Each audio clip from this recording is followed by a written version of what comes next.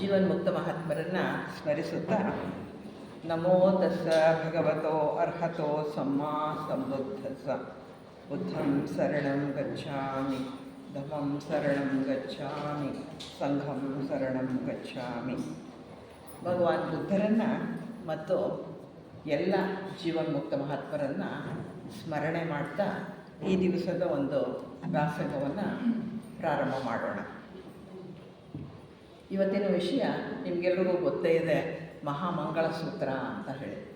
ಈ ಮಹಾಮಂಗಳ ಸೂತ್ರ ಎಲ್ಲಿದೆ, ಎಲ್ಲಿ ಕೊಡಲ್ಪಟ್ಟಿದೆ, ಯಾವಾಗ ಪಠಣೆ ಮಾಡ್ತೀವಿ ಅನ್ನೋ ಅಂಥದ್ದು ಬಹುಶಃ ಎಲ್ರಿಗೂ ಜ್ಞಾಪಕ ಇದೆ ಅಂತ ಹೇಳಿ ಅಂದ್ಕೊಳ್ತೇನೆ. ಈಗಿನ್ನು ವೈಶಾಖ ಪೂರ್ಣಿಮೆ ಆಗಿರೋದರಿಂದ ಇದು ಈ ಮಂಗಳ ಸೂತ್ರಗಳ ಕೊಟ್ಟಿದ್ದು ಯಾರಪ್ಪ ಅಂತ ಹೇಳಿದ್ರೆ ಭಗವಾನ್ ಬುದ್ಧರು ಕೊಟ್ಟಿದ್ದು.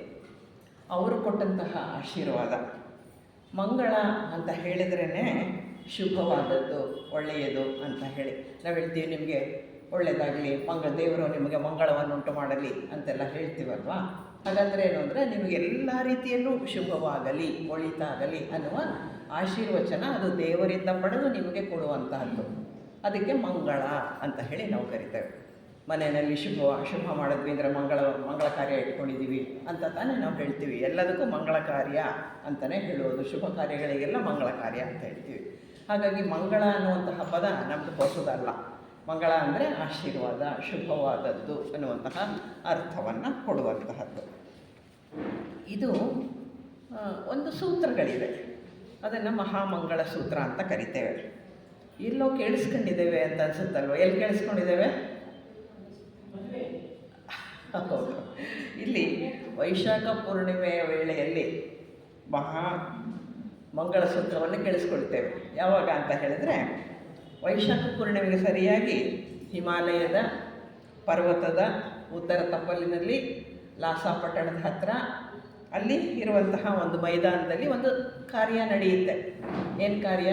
ಭಗವಾನ್ ಬುದ್ಧರು ಸ್ವತಃ ಬಂದು ಆಶೀರ್ವಾದವನ್ನು ಇಡೀ ಪ್ರಪಂಚಕ್ಕೆ ಕೊಡುವಂತಹ ಒಂದು ವಿಶೇಷವಾದಂತಹ ಸಂದರ್ಭ.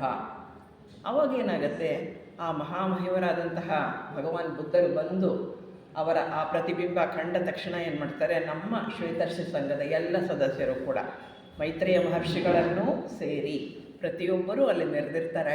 ಆಗ ಕೆಲವು ಕಾರ್ಯಕ್ರಮಗಳೆಲ್ಲ ನಡೆಯುತ್ತೆ. ಅದಾದಾಗ ಅವರು ಬುದ್ಧರು ಬಂದು ನಮಗೆ ಆಶೀರ್ವಾದವನ್ನು ಕೊಟ್ಟಾಗ ಭಗವಾನರಿಂದ ಹೊರಗೆ ಅನುಗ್ರಹ ಹರಿಯುತ್ತೆ. ಅದಕ್ಕೋಸ್ಕರ ಅವ್ರು ಬರೋದು. ಅವ್ರು ಬಂದು ಕೈ ಎತ್ತಿದ್ದ ತಕ್ಷಣವೇ ಅವರ ಆಶೀರ್ವಾದ ಇಡೀ ಭೂಮಂಡಲಕ್ಕೆ ಹರಡುತ್ತೆ, ಪ್ರತಿಯೊಬ್ಬರಿಗೂ ಕೂಡ ಅದು ತಲುಪುತ್ತೆ. ಈ ಅವರ ಅನುಗ್ರಹ ಶಕ್ತಿ ಇದೆಯಲ್ಲ, ಅದು ಅತ್ಯಂತ ಅದ್ಭುತವಾದದ್ದು ಮತ್ತು ಅತ್ಯಂತ ವಿಶೇಷವಾದದ್ದು. ಅದಕ್ಕೆ ಸರಿಸಾಟಿ ಇಲ್ಲವೇ ಇಲ್ಲ ಅಂತ ಹೇಳಬೇಕು. ಅಂತಹ ಒಂದು ವಿಶೇಷವಾದ ಶಕ್ತಿ ವಿಶೇಷವನ್ನು ಅವರು ಅವತ್ತು ಇಡೀ ಪ್ರಪಂಚಕ್ಕೆ ಕೊಡ್ತಾರೆ. ಯಾರ್ಯಾರು ಅದನ್ನು ರಿಸೀವ್ ಮಾಡೋಕ್ಕಾಗತ್ತೆ, ಎಲ್ರಿಗೂ ಅದು ತಲುಪುತ್ತೆ. ಅವರ ಆಶೀರ್ವಾದ ಯಾವ ರೀತಿ ಈ ಪ್ರಪಂಚದ ಮೇಲೆ ಹರಿಯುತ್ತೆ ಅಂತ ಹೇಳಿದ್ರೆ, ಧಾರಾಕಾರವಾಗಿ ಮಳೆ ಸುರಿದಾಗ ಹೇಗಿರುತ್ತೆ, ಬರೀ ಮಳೆನೇ ಬರ್ತಿದೆಯೇನೋ ಅನ್ನುವಂತೆ, ಬರೀ ನೀರು ಮಾತ್ರ ಕಾಣಿಸುತ್ತೆ, ಇನ್ನೇನು ಕಾಣಲ್ಲ, ಆ ರೀತಿ ಇರುತ್ತಲ್ವ. ಹಾಗೆ ಅವರ ಆಶೀರ್ವಾದ ಪ್ರತಿಯೊಂದರ ಮೇಲೆಯೂ ಕೂಡ ಸುರಿಸಲ್ಪಡುತ್ತೆ. ಈ ಶಕ್ತಿ ಯೋಗ್ಯರಾದಂಥವರ ಹೃದಯಗಳಿಗೆ ಶಾಂತಿಯನ್ನು ತರುತ್ತೆ. ಅವತ್ತು ನಿದ್ರೆ ಮಾಡಿ ಬೆಳಗ್ಗೆ ಎದ್ದಾಗ ಇಷ್ಟು ಶಾಂತವಾಗಿರ್ತೀವಿ, ಇಷ್ಟು ಆನಂದವಾಗಿರ್ತೀವಿ. ಆ ವೇಳೆಯಲ್ಲಿ ಧ್ಯಾನ ಮಾಡಿದ್ರಂತೂ ಬಹಳ ಶಾಂತಿ, ಆನಂದ. ಆ ಒಂದು ಏನೋ ಬಹಳ ಉನ್ನತ ಇದರಲ್ಲಿದ್ದೀವಿ, ಹಂತದಲ್ಲಿದ್ದೀವಿ ನಾವು ಅನ್ನುವಂತಹ ಭಾವನೆಯನ್ನು ಕೊಡುತ್ತೆ. ಯಾಕೆಂದರೆ ಅವರ ಆಶೀರ್ವಾದ ನಮಗೆ ತಲುಪಿರುತ್ತೆ. ಅದರಿಂದ ಇಷ್ಟೆಲ್ಲ ನಡೆಯುತ್ತೆ. ಆವಾಗ ಹುಣ್ಣಿಮೆಯ ವೇಳೆಗೆ ಆಕಾಶದಲ್ಲಿ ಮೈತೋರುವಂತಹ ಭಗವಾನ್ ಬುದ್ಧರ ಮಂಗಳಮೂರ್ತಿಯನ್ನು ಅಲ್ಲಿರುವಂತಹ ಎಲ್ಲ ಜನತೆ ಅಂದರೆ ಕೆಲವರಿಗೆ ಕಾಣಿಸುತ್ತೆ, ಕೆಲವರಿಗೆ ಕಾಣ್ದಲೇ ಕೂಡ ಇರಬಹುದು. ಕಾಣಿಸುತ್ತೋ ಅವರೆಲ್ಲರೂ ಕೂಡ ಖಂಡಿತ ನೋಡೋಕ್ಕೆ ಸಾಧ್ಯ ಇದೆ. ಅಂದರೆ ಯಾರ್ಯಾರು ಕಾಮಲೋಕದಲ್ಲಿ ಹೋಗ್ತಾರೆ, ಶರೀರವನ್ನು ತೊಗೊಂಡು ಹೋಗ್ತಾರೆ, ಅವ್ರಿಗೆಲ್ಲ ಕಾಣಿಸುತ್ತೆ. ಮತ್ತು ಅಲ್ಲಿ ನೆರೆದಿರುವಂತಹ ಅನೇಕ ಜನ ಬೆಳೆದಂಥವರೇ ಇರ್ತಾರೆ, ಅವ್ರಿಗೂ ಕೂಡ ಕಾಣಿಸುತ್ತೆ. ಆಗ ಎಲ್ಲ ಸೋದರ ಸಮಾಜದ ಸದಸ್ಯರು ಅಂದರೆ ಶ್ವೇತರ್ಷಿ ಸಂಘದ ಸದಸ್ಯರು, ಎಲ್ಲ ಗುರುಗಳು ಕೂಡ ಅಲ್ಲಿ ಸೇರಿರ್ತಾರೆ.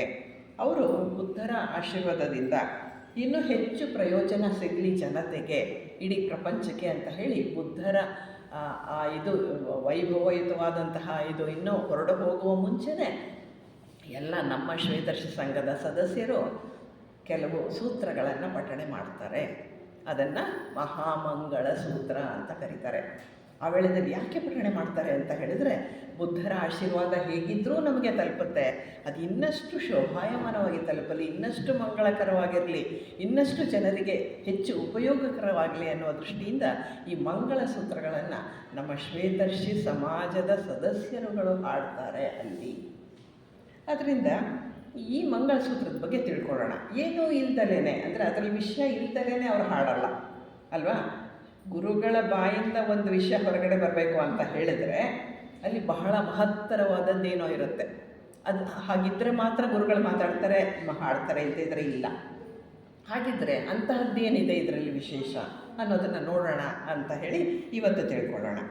ಮಂಗಳ ಅಂದರೆ ಏನು ಅಂಥೇಳಿ ಒಬ್ಬ ಬೌದ್ಧ ಭಿಕ್ಕು ಒಂದು ಕಡೆ ಬರೀತಾರೆ, ಒಂದು ಗ್ರಂಥದಲ್ಲಿ ಬರೀತಾರೆ.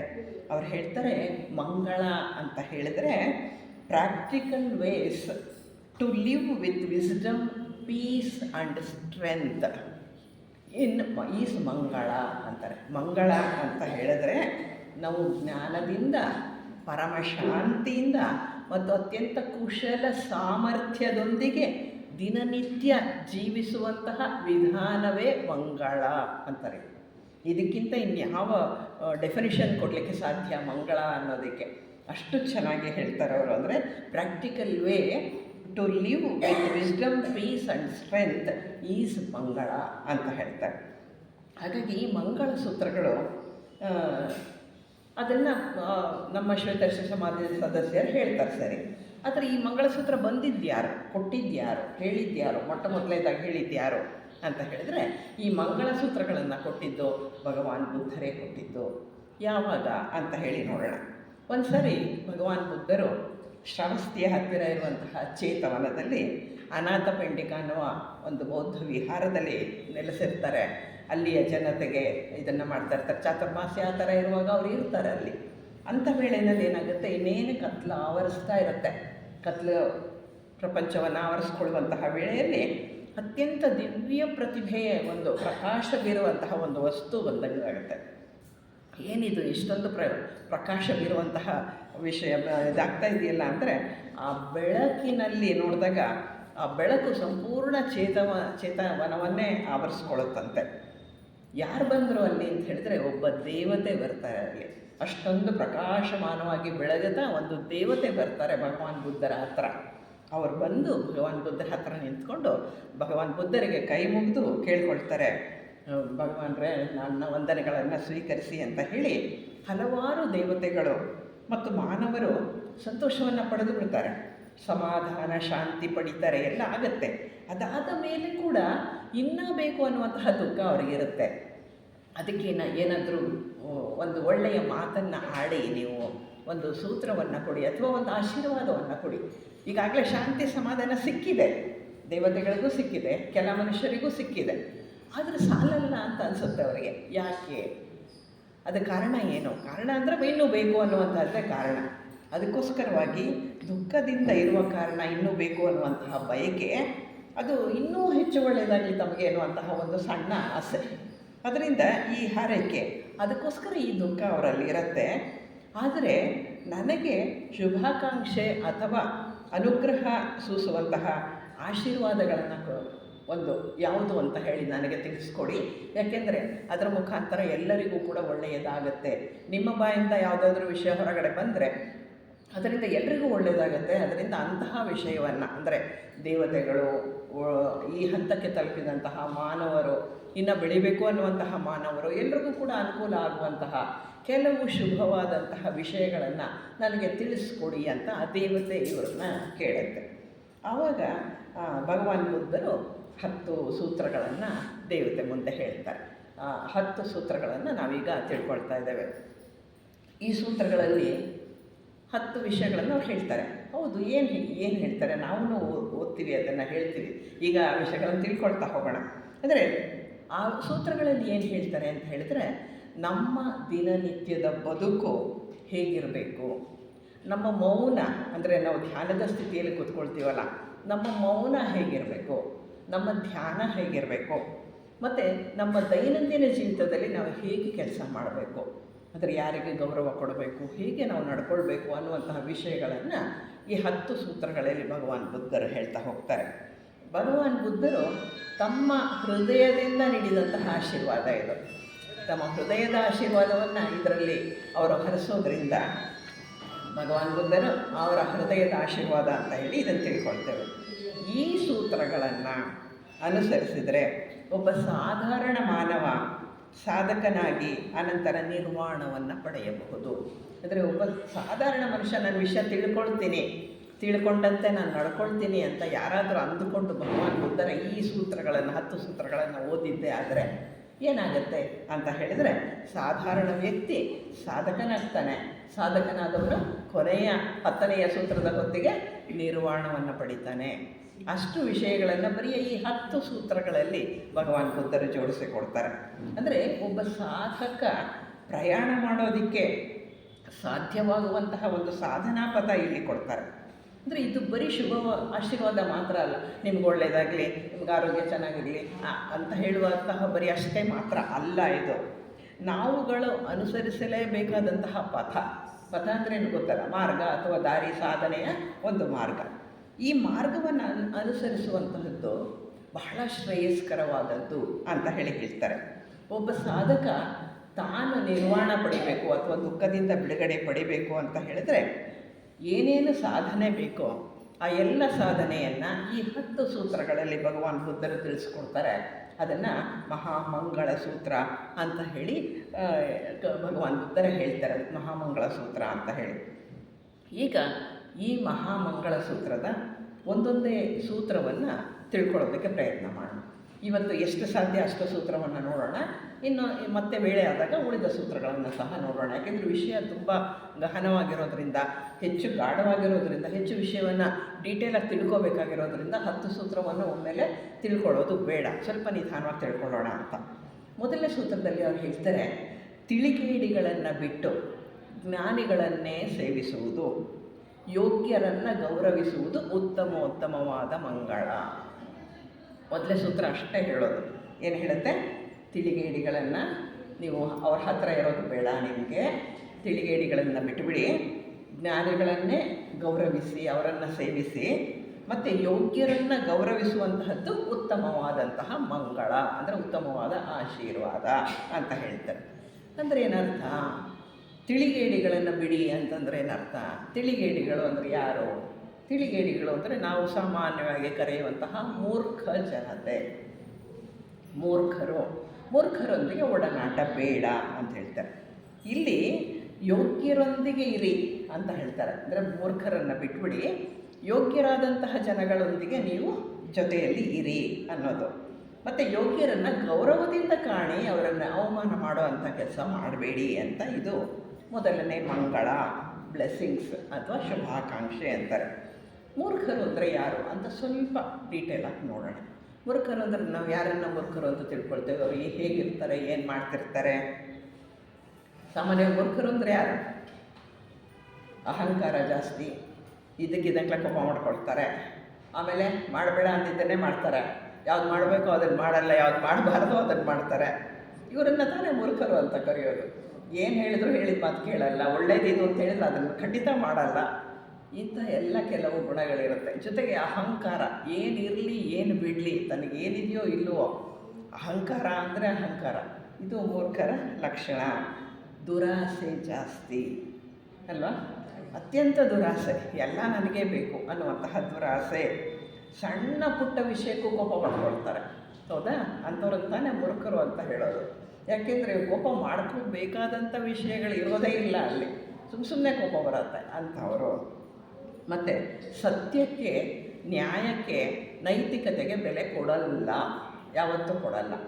ನಿಂಗೆ ಹೆಂಗೆ ಬೇಕೋ ನೀನು ಹಂಗಿರೋ, ನಾನು ಹಿಂಗೆ ಇರೋದು ಅಂತ ಹೇಳುವ ಮಟ್ಟಕ್ಕೆ ಅವರ ದುರ್ನಡತೆಯನ್ನು ತೋರಿಸ್ತಾ ಇರ್ತಾರೆ.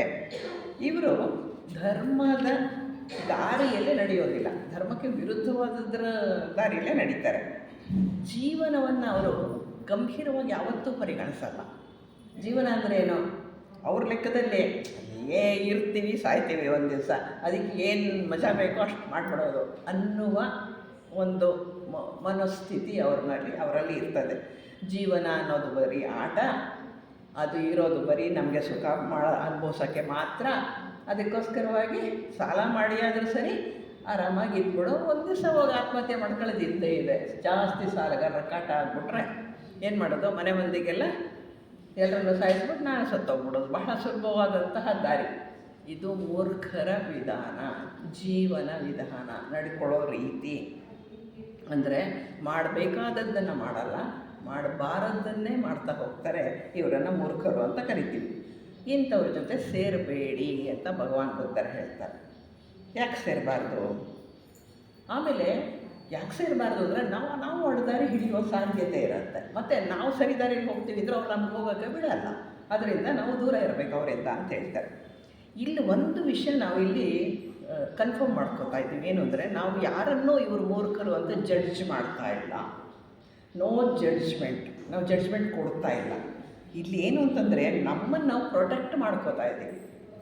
ಯಾವ ಜನರ ಜೊತೆಗೆ ನಾವು ಇರಬೇಕು, ಯಾವ ಜನರ ಜೊತೆಗೆ ನಾವು ಇರಬಾರ್ದು ಅನ್ನೋದನ್ನು ನಾವು ತೀರ್ಮಾನ ಮಾಡಿ ಜಡ್ಜ್ಮೆಂಟ್ ಕೊಡ್ತಾ ಇಲ್ಲ. ಅವ್ರು ಕೆಟ್ಟವರು ಅಂತ ನಾವು ಲೇಬಲ್ ಹಚ್ಚುತ್ತಾ ಇಲ್ಲ.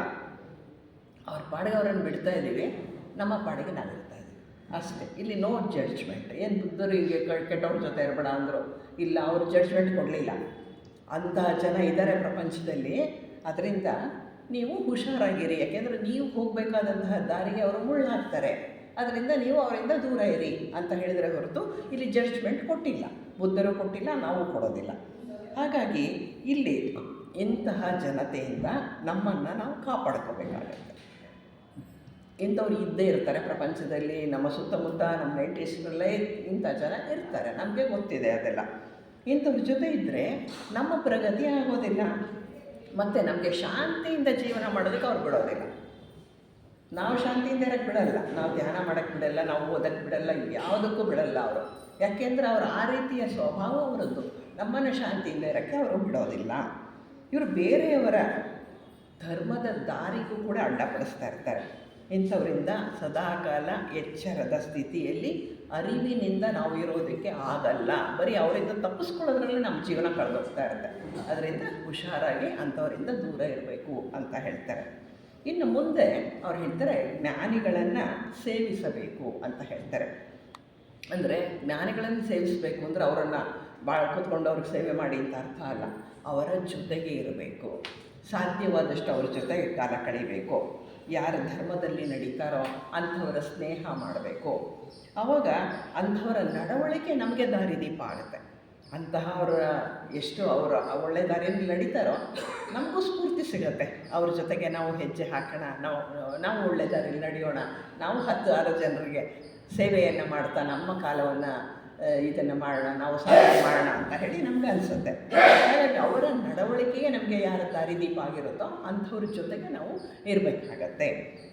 ಇವರು ಇಂಥ ಜನ ನಮ್ಮ ಸಂಸ್ಕಾರವನ್ನು ಉತ್ತಮಗೊಳಿಸ್ತಾರೆ. ಯಾಕೆಂದರೆ ಅವರ ಸಂಸ್ಕಾರ ಅತಿ ಉತ್ತಮವಾಗಿರೋದರಿಂದ ಅವ್ರ ಜೊತೆ ನಾವಿದ್ದಾಗ ನಮ್ಮ ಸಂಸ್ಕಾರ ಕೂಡ ಉತ್ತಮ ಆಗುತ್ತೆ. ಜ್ಞಾನಿಗಳ ಜೊತೆ ಇದಕ್ಕೆ ಏನಂತ ಹೇಳ್ತಾರೆ ಹೇಳಿ? ಸತ್ಸಂಗ ಅಂತ ಹೇಳ್ತಾರೆ. ಸತ್ಸಂಗದ ಮಹತ್ವವನ್ನು ಇಲ್ಲಿ ಬುದ್ಧರು ಹೇಳ್ತಾರೆ. ಅಂದರೆ ಸತ್ಸಂಗ ಬಹಳ ಒಳ್ಳೆಯದು, ನಮ್ಮ ಉದ್ಧಾರಕ್ಕೆ ನಾವು ಸತ್ಸಂಗದಲ್ಲಿ ಇರಬೇಕಾಗತ್ತೆ ಅಂತ ಹೇಳಿ ಹೇಳ್ತಾರೆ. ಹಾಗಾಗಿ ಅವರ ಉನ್ನತ ಸ್ಪಂದಗಳಿಗೆ, ಅಂದರೆ ಅವ್ರು ಯಾವಾಗಲೂ ಬುದ್ಧಿ ಪ್ರಜ್ಞೆಯಲ್ಲಿರ್ತಾರೆ, ಹೈಯರ್ ಮೈಂಡ್ನಲ್ಲಿ ಇರ್ತಾರೆ, ಕೆಳ ಮನಸ್ಸಿನಲ್ಲಿ ಇರೋದಿಲ್ಲ. ಅಂಥವ್ರ ಜೊತೆ ನಾವಿದ್ದಾಗ ಏನಾಗುತ್ತೆ, ನಮ್ಮ ಒಂದು ವೈಬ್ರೇಷನ್ ಏನಾಗುತ್ತೆ, ನಮ್ಮ ಸ್ಪಂದನಗಳು ಕೂಡ ಉನ್ನತ ಹಂತಕ್ಕೆ ಏರೋದರಿಂದ ನಾವು ಒಳ್ಳೆಯ ಸ್ಪಂದನೆಯನ್ನು ಕೊಡ್ತೇವೆ. ಅವರ ಅರಿವು ಮತ್ತು ಅವರ ಜ್ಞಾನ ನಮ್ಮಲ್ಲಿ ಕೂಡ ಅರಿವನ್ನು ಉಂಟು ಮಾಡುತ್ತೆ, ನಮಗೂ ಕೂಡ ಜ್ಞಾನವನ್ನು ಉಂಟು ಮಾಡುತ್ತೆ.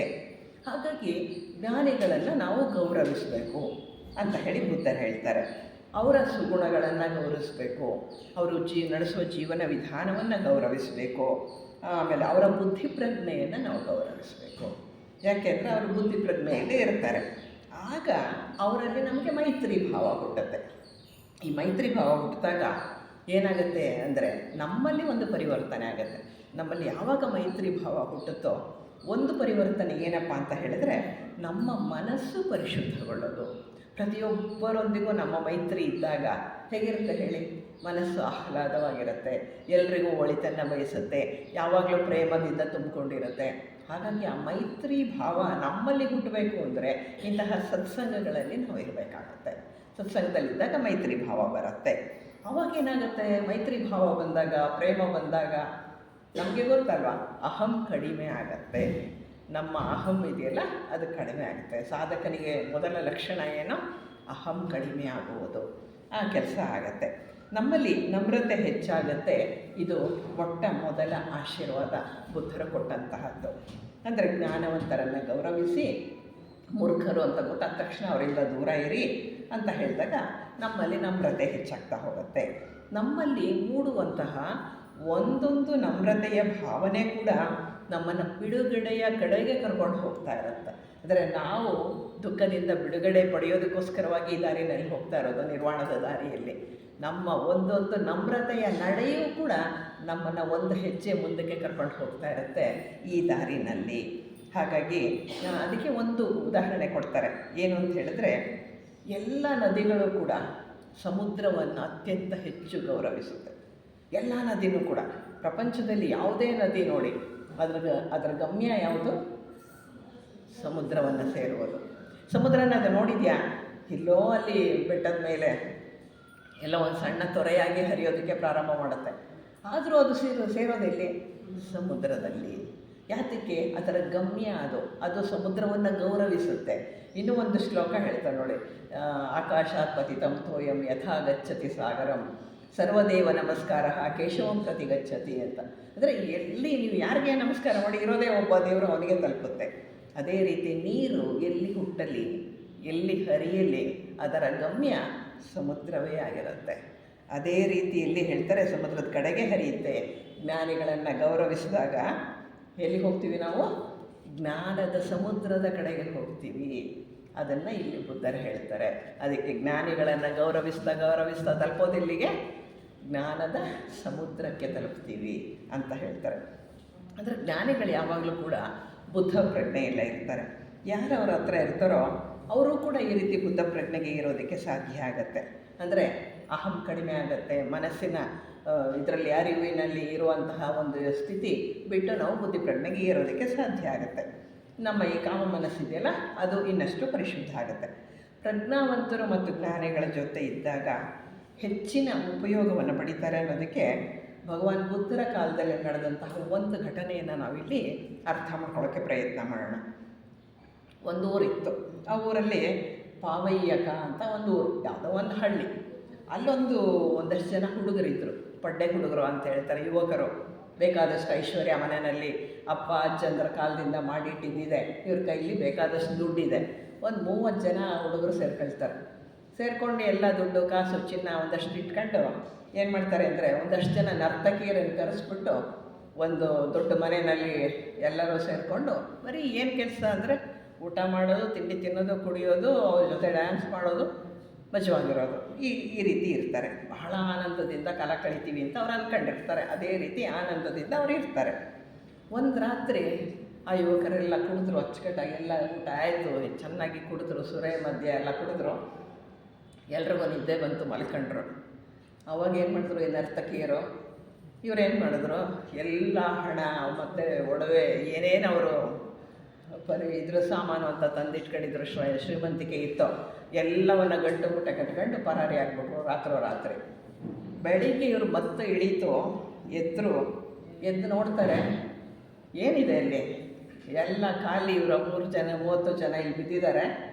ಇಡೀ ಮನೆ ಖಾಲಿ, ದುಡ್ಡು ಐಶ್ವರ್ಯ ಚಿನ್ನ ಬಣ್ಣ ಏನೂ ಇಲ್ಲ, ಎಲ್ಲ ಎತ್ಕೊಂಡು ಹೋಗ್ತಿದ್ದಾರೆ, ಒಡವೆ ಎಲ್ಲ ಕಳ್ತನ ಮಾಡಿಬಿಟ್ಟಿದ್ದಾರೆ.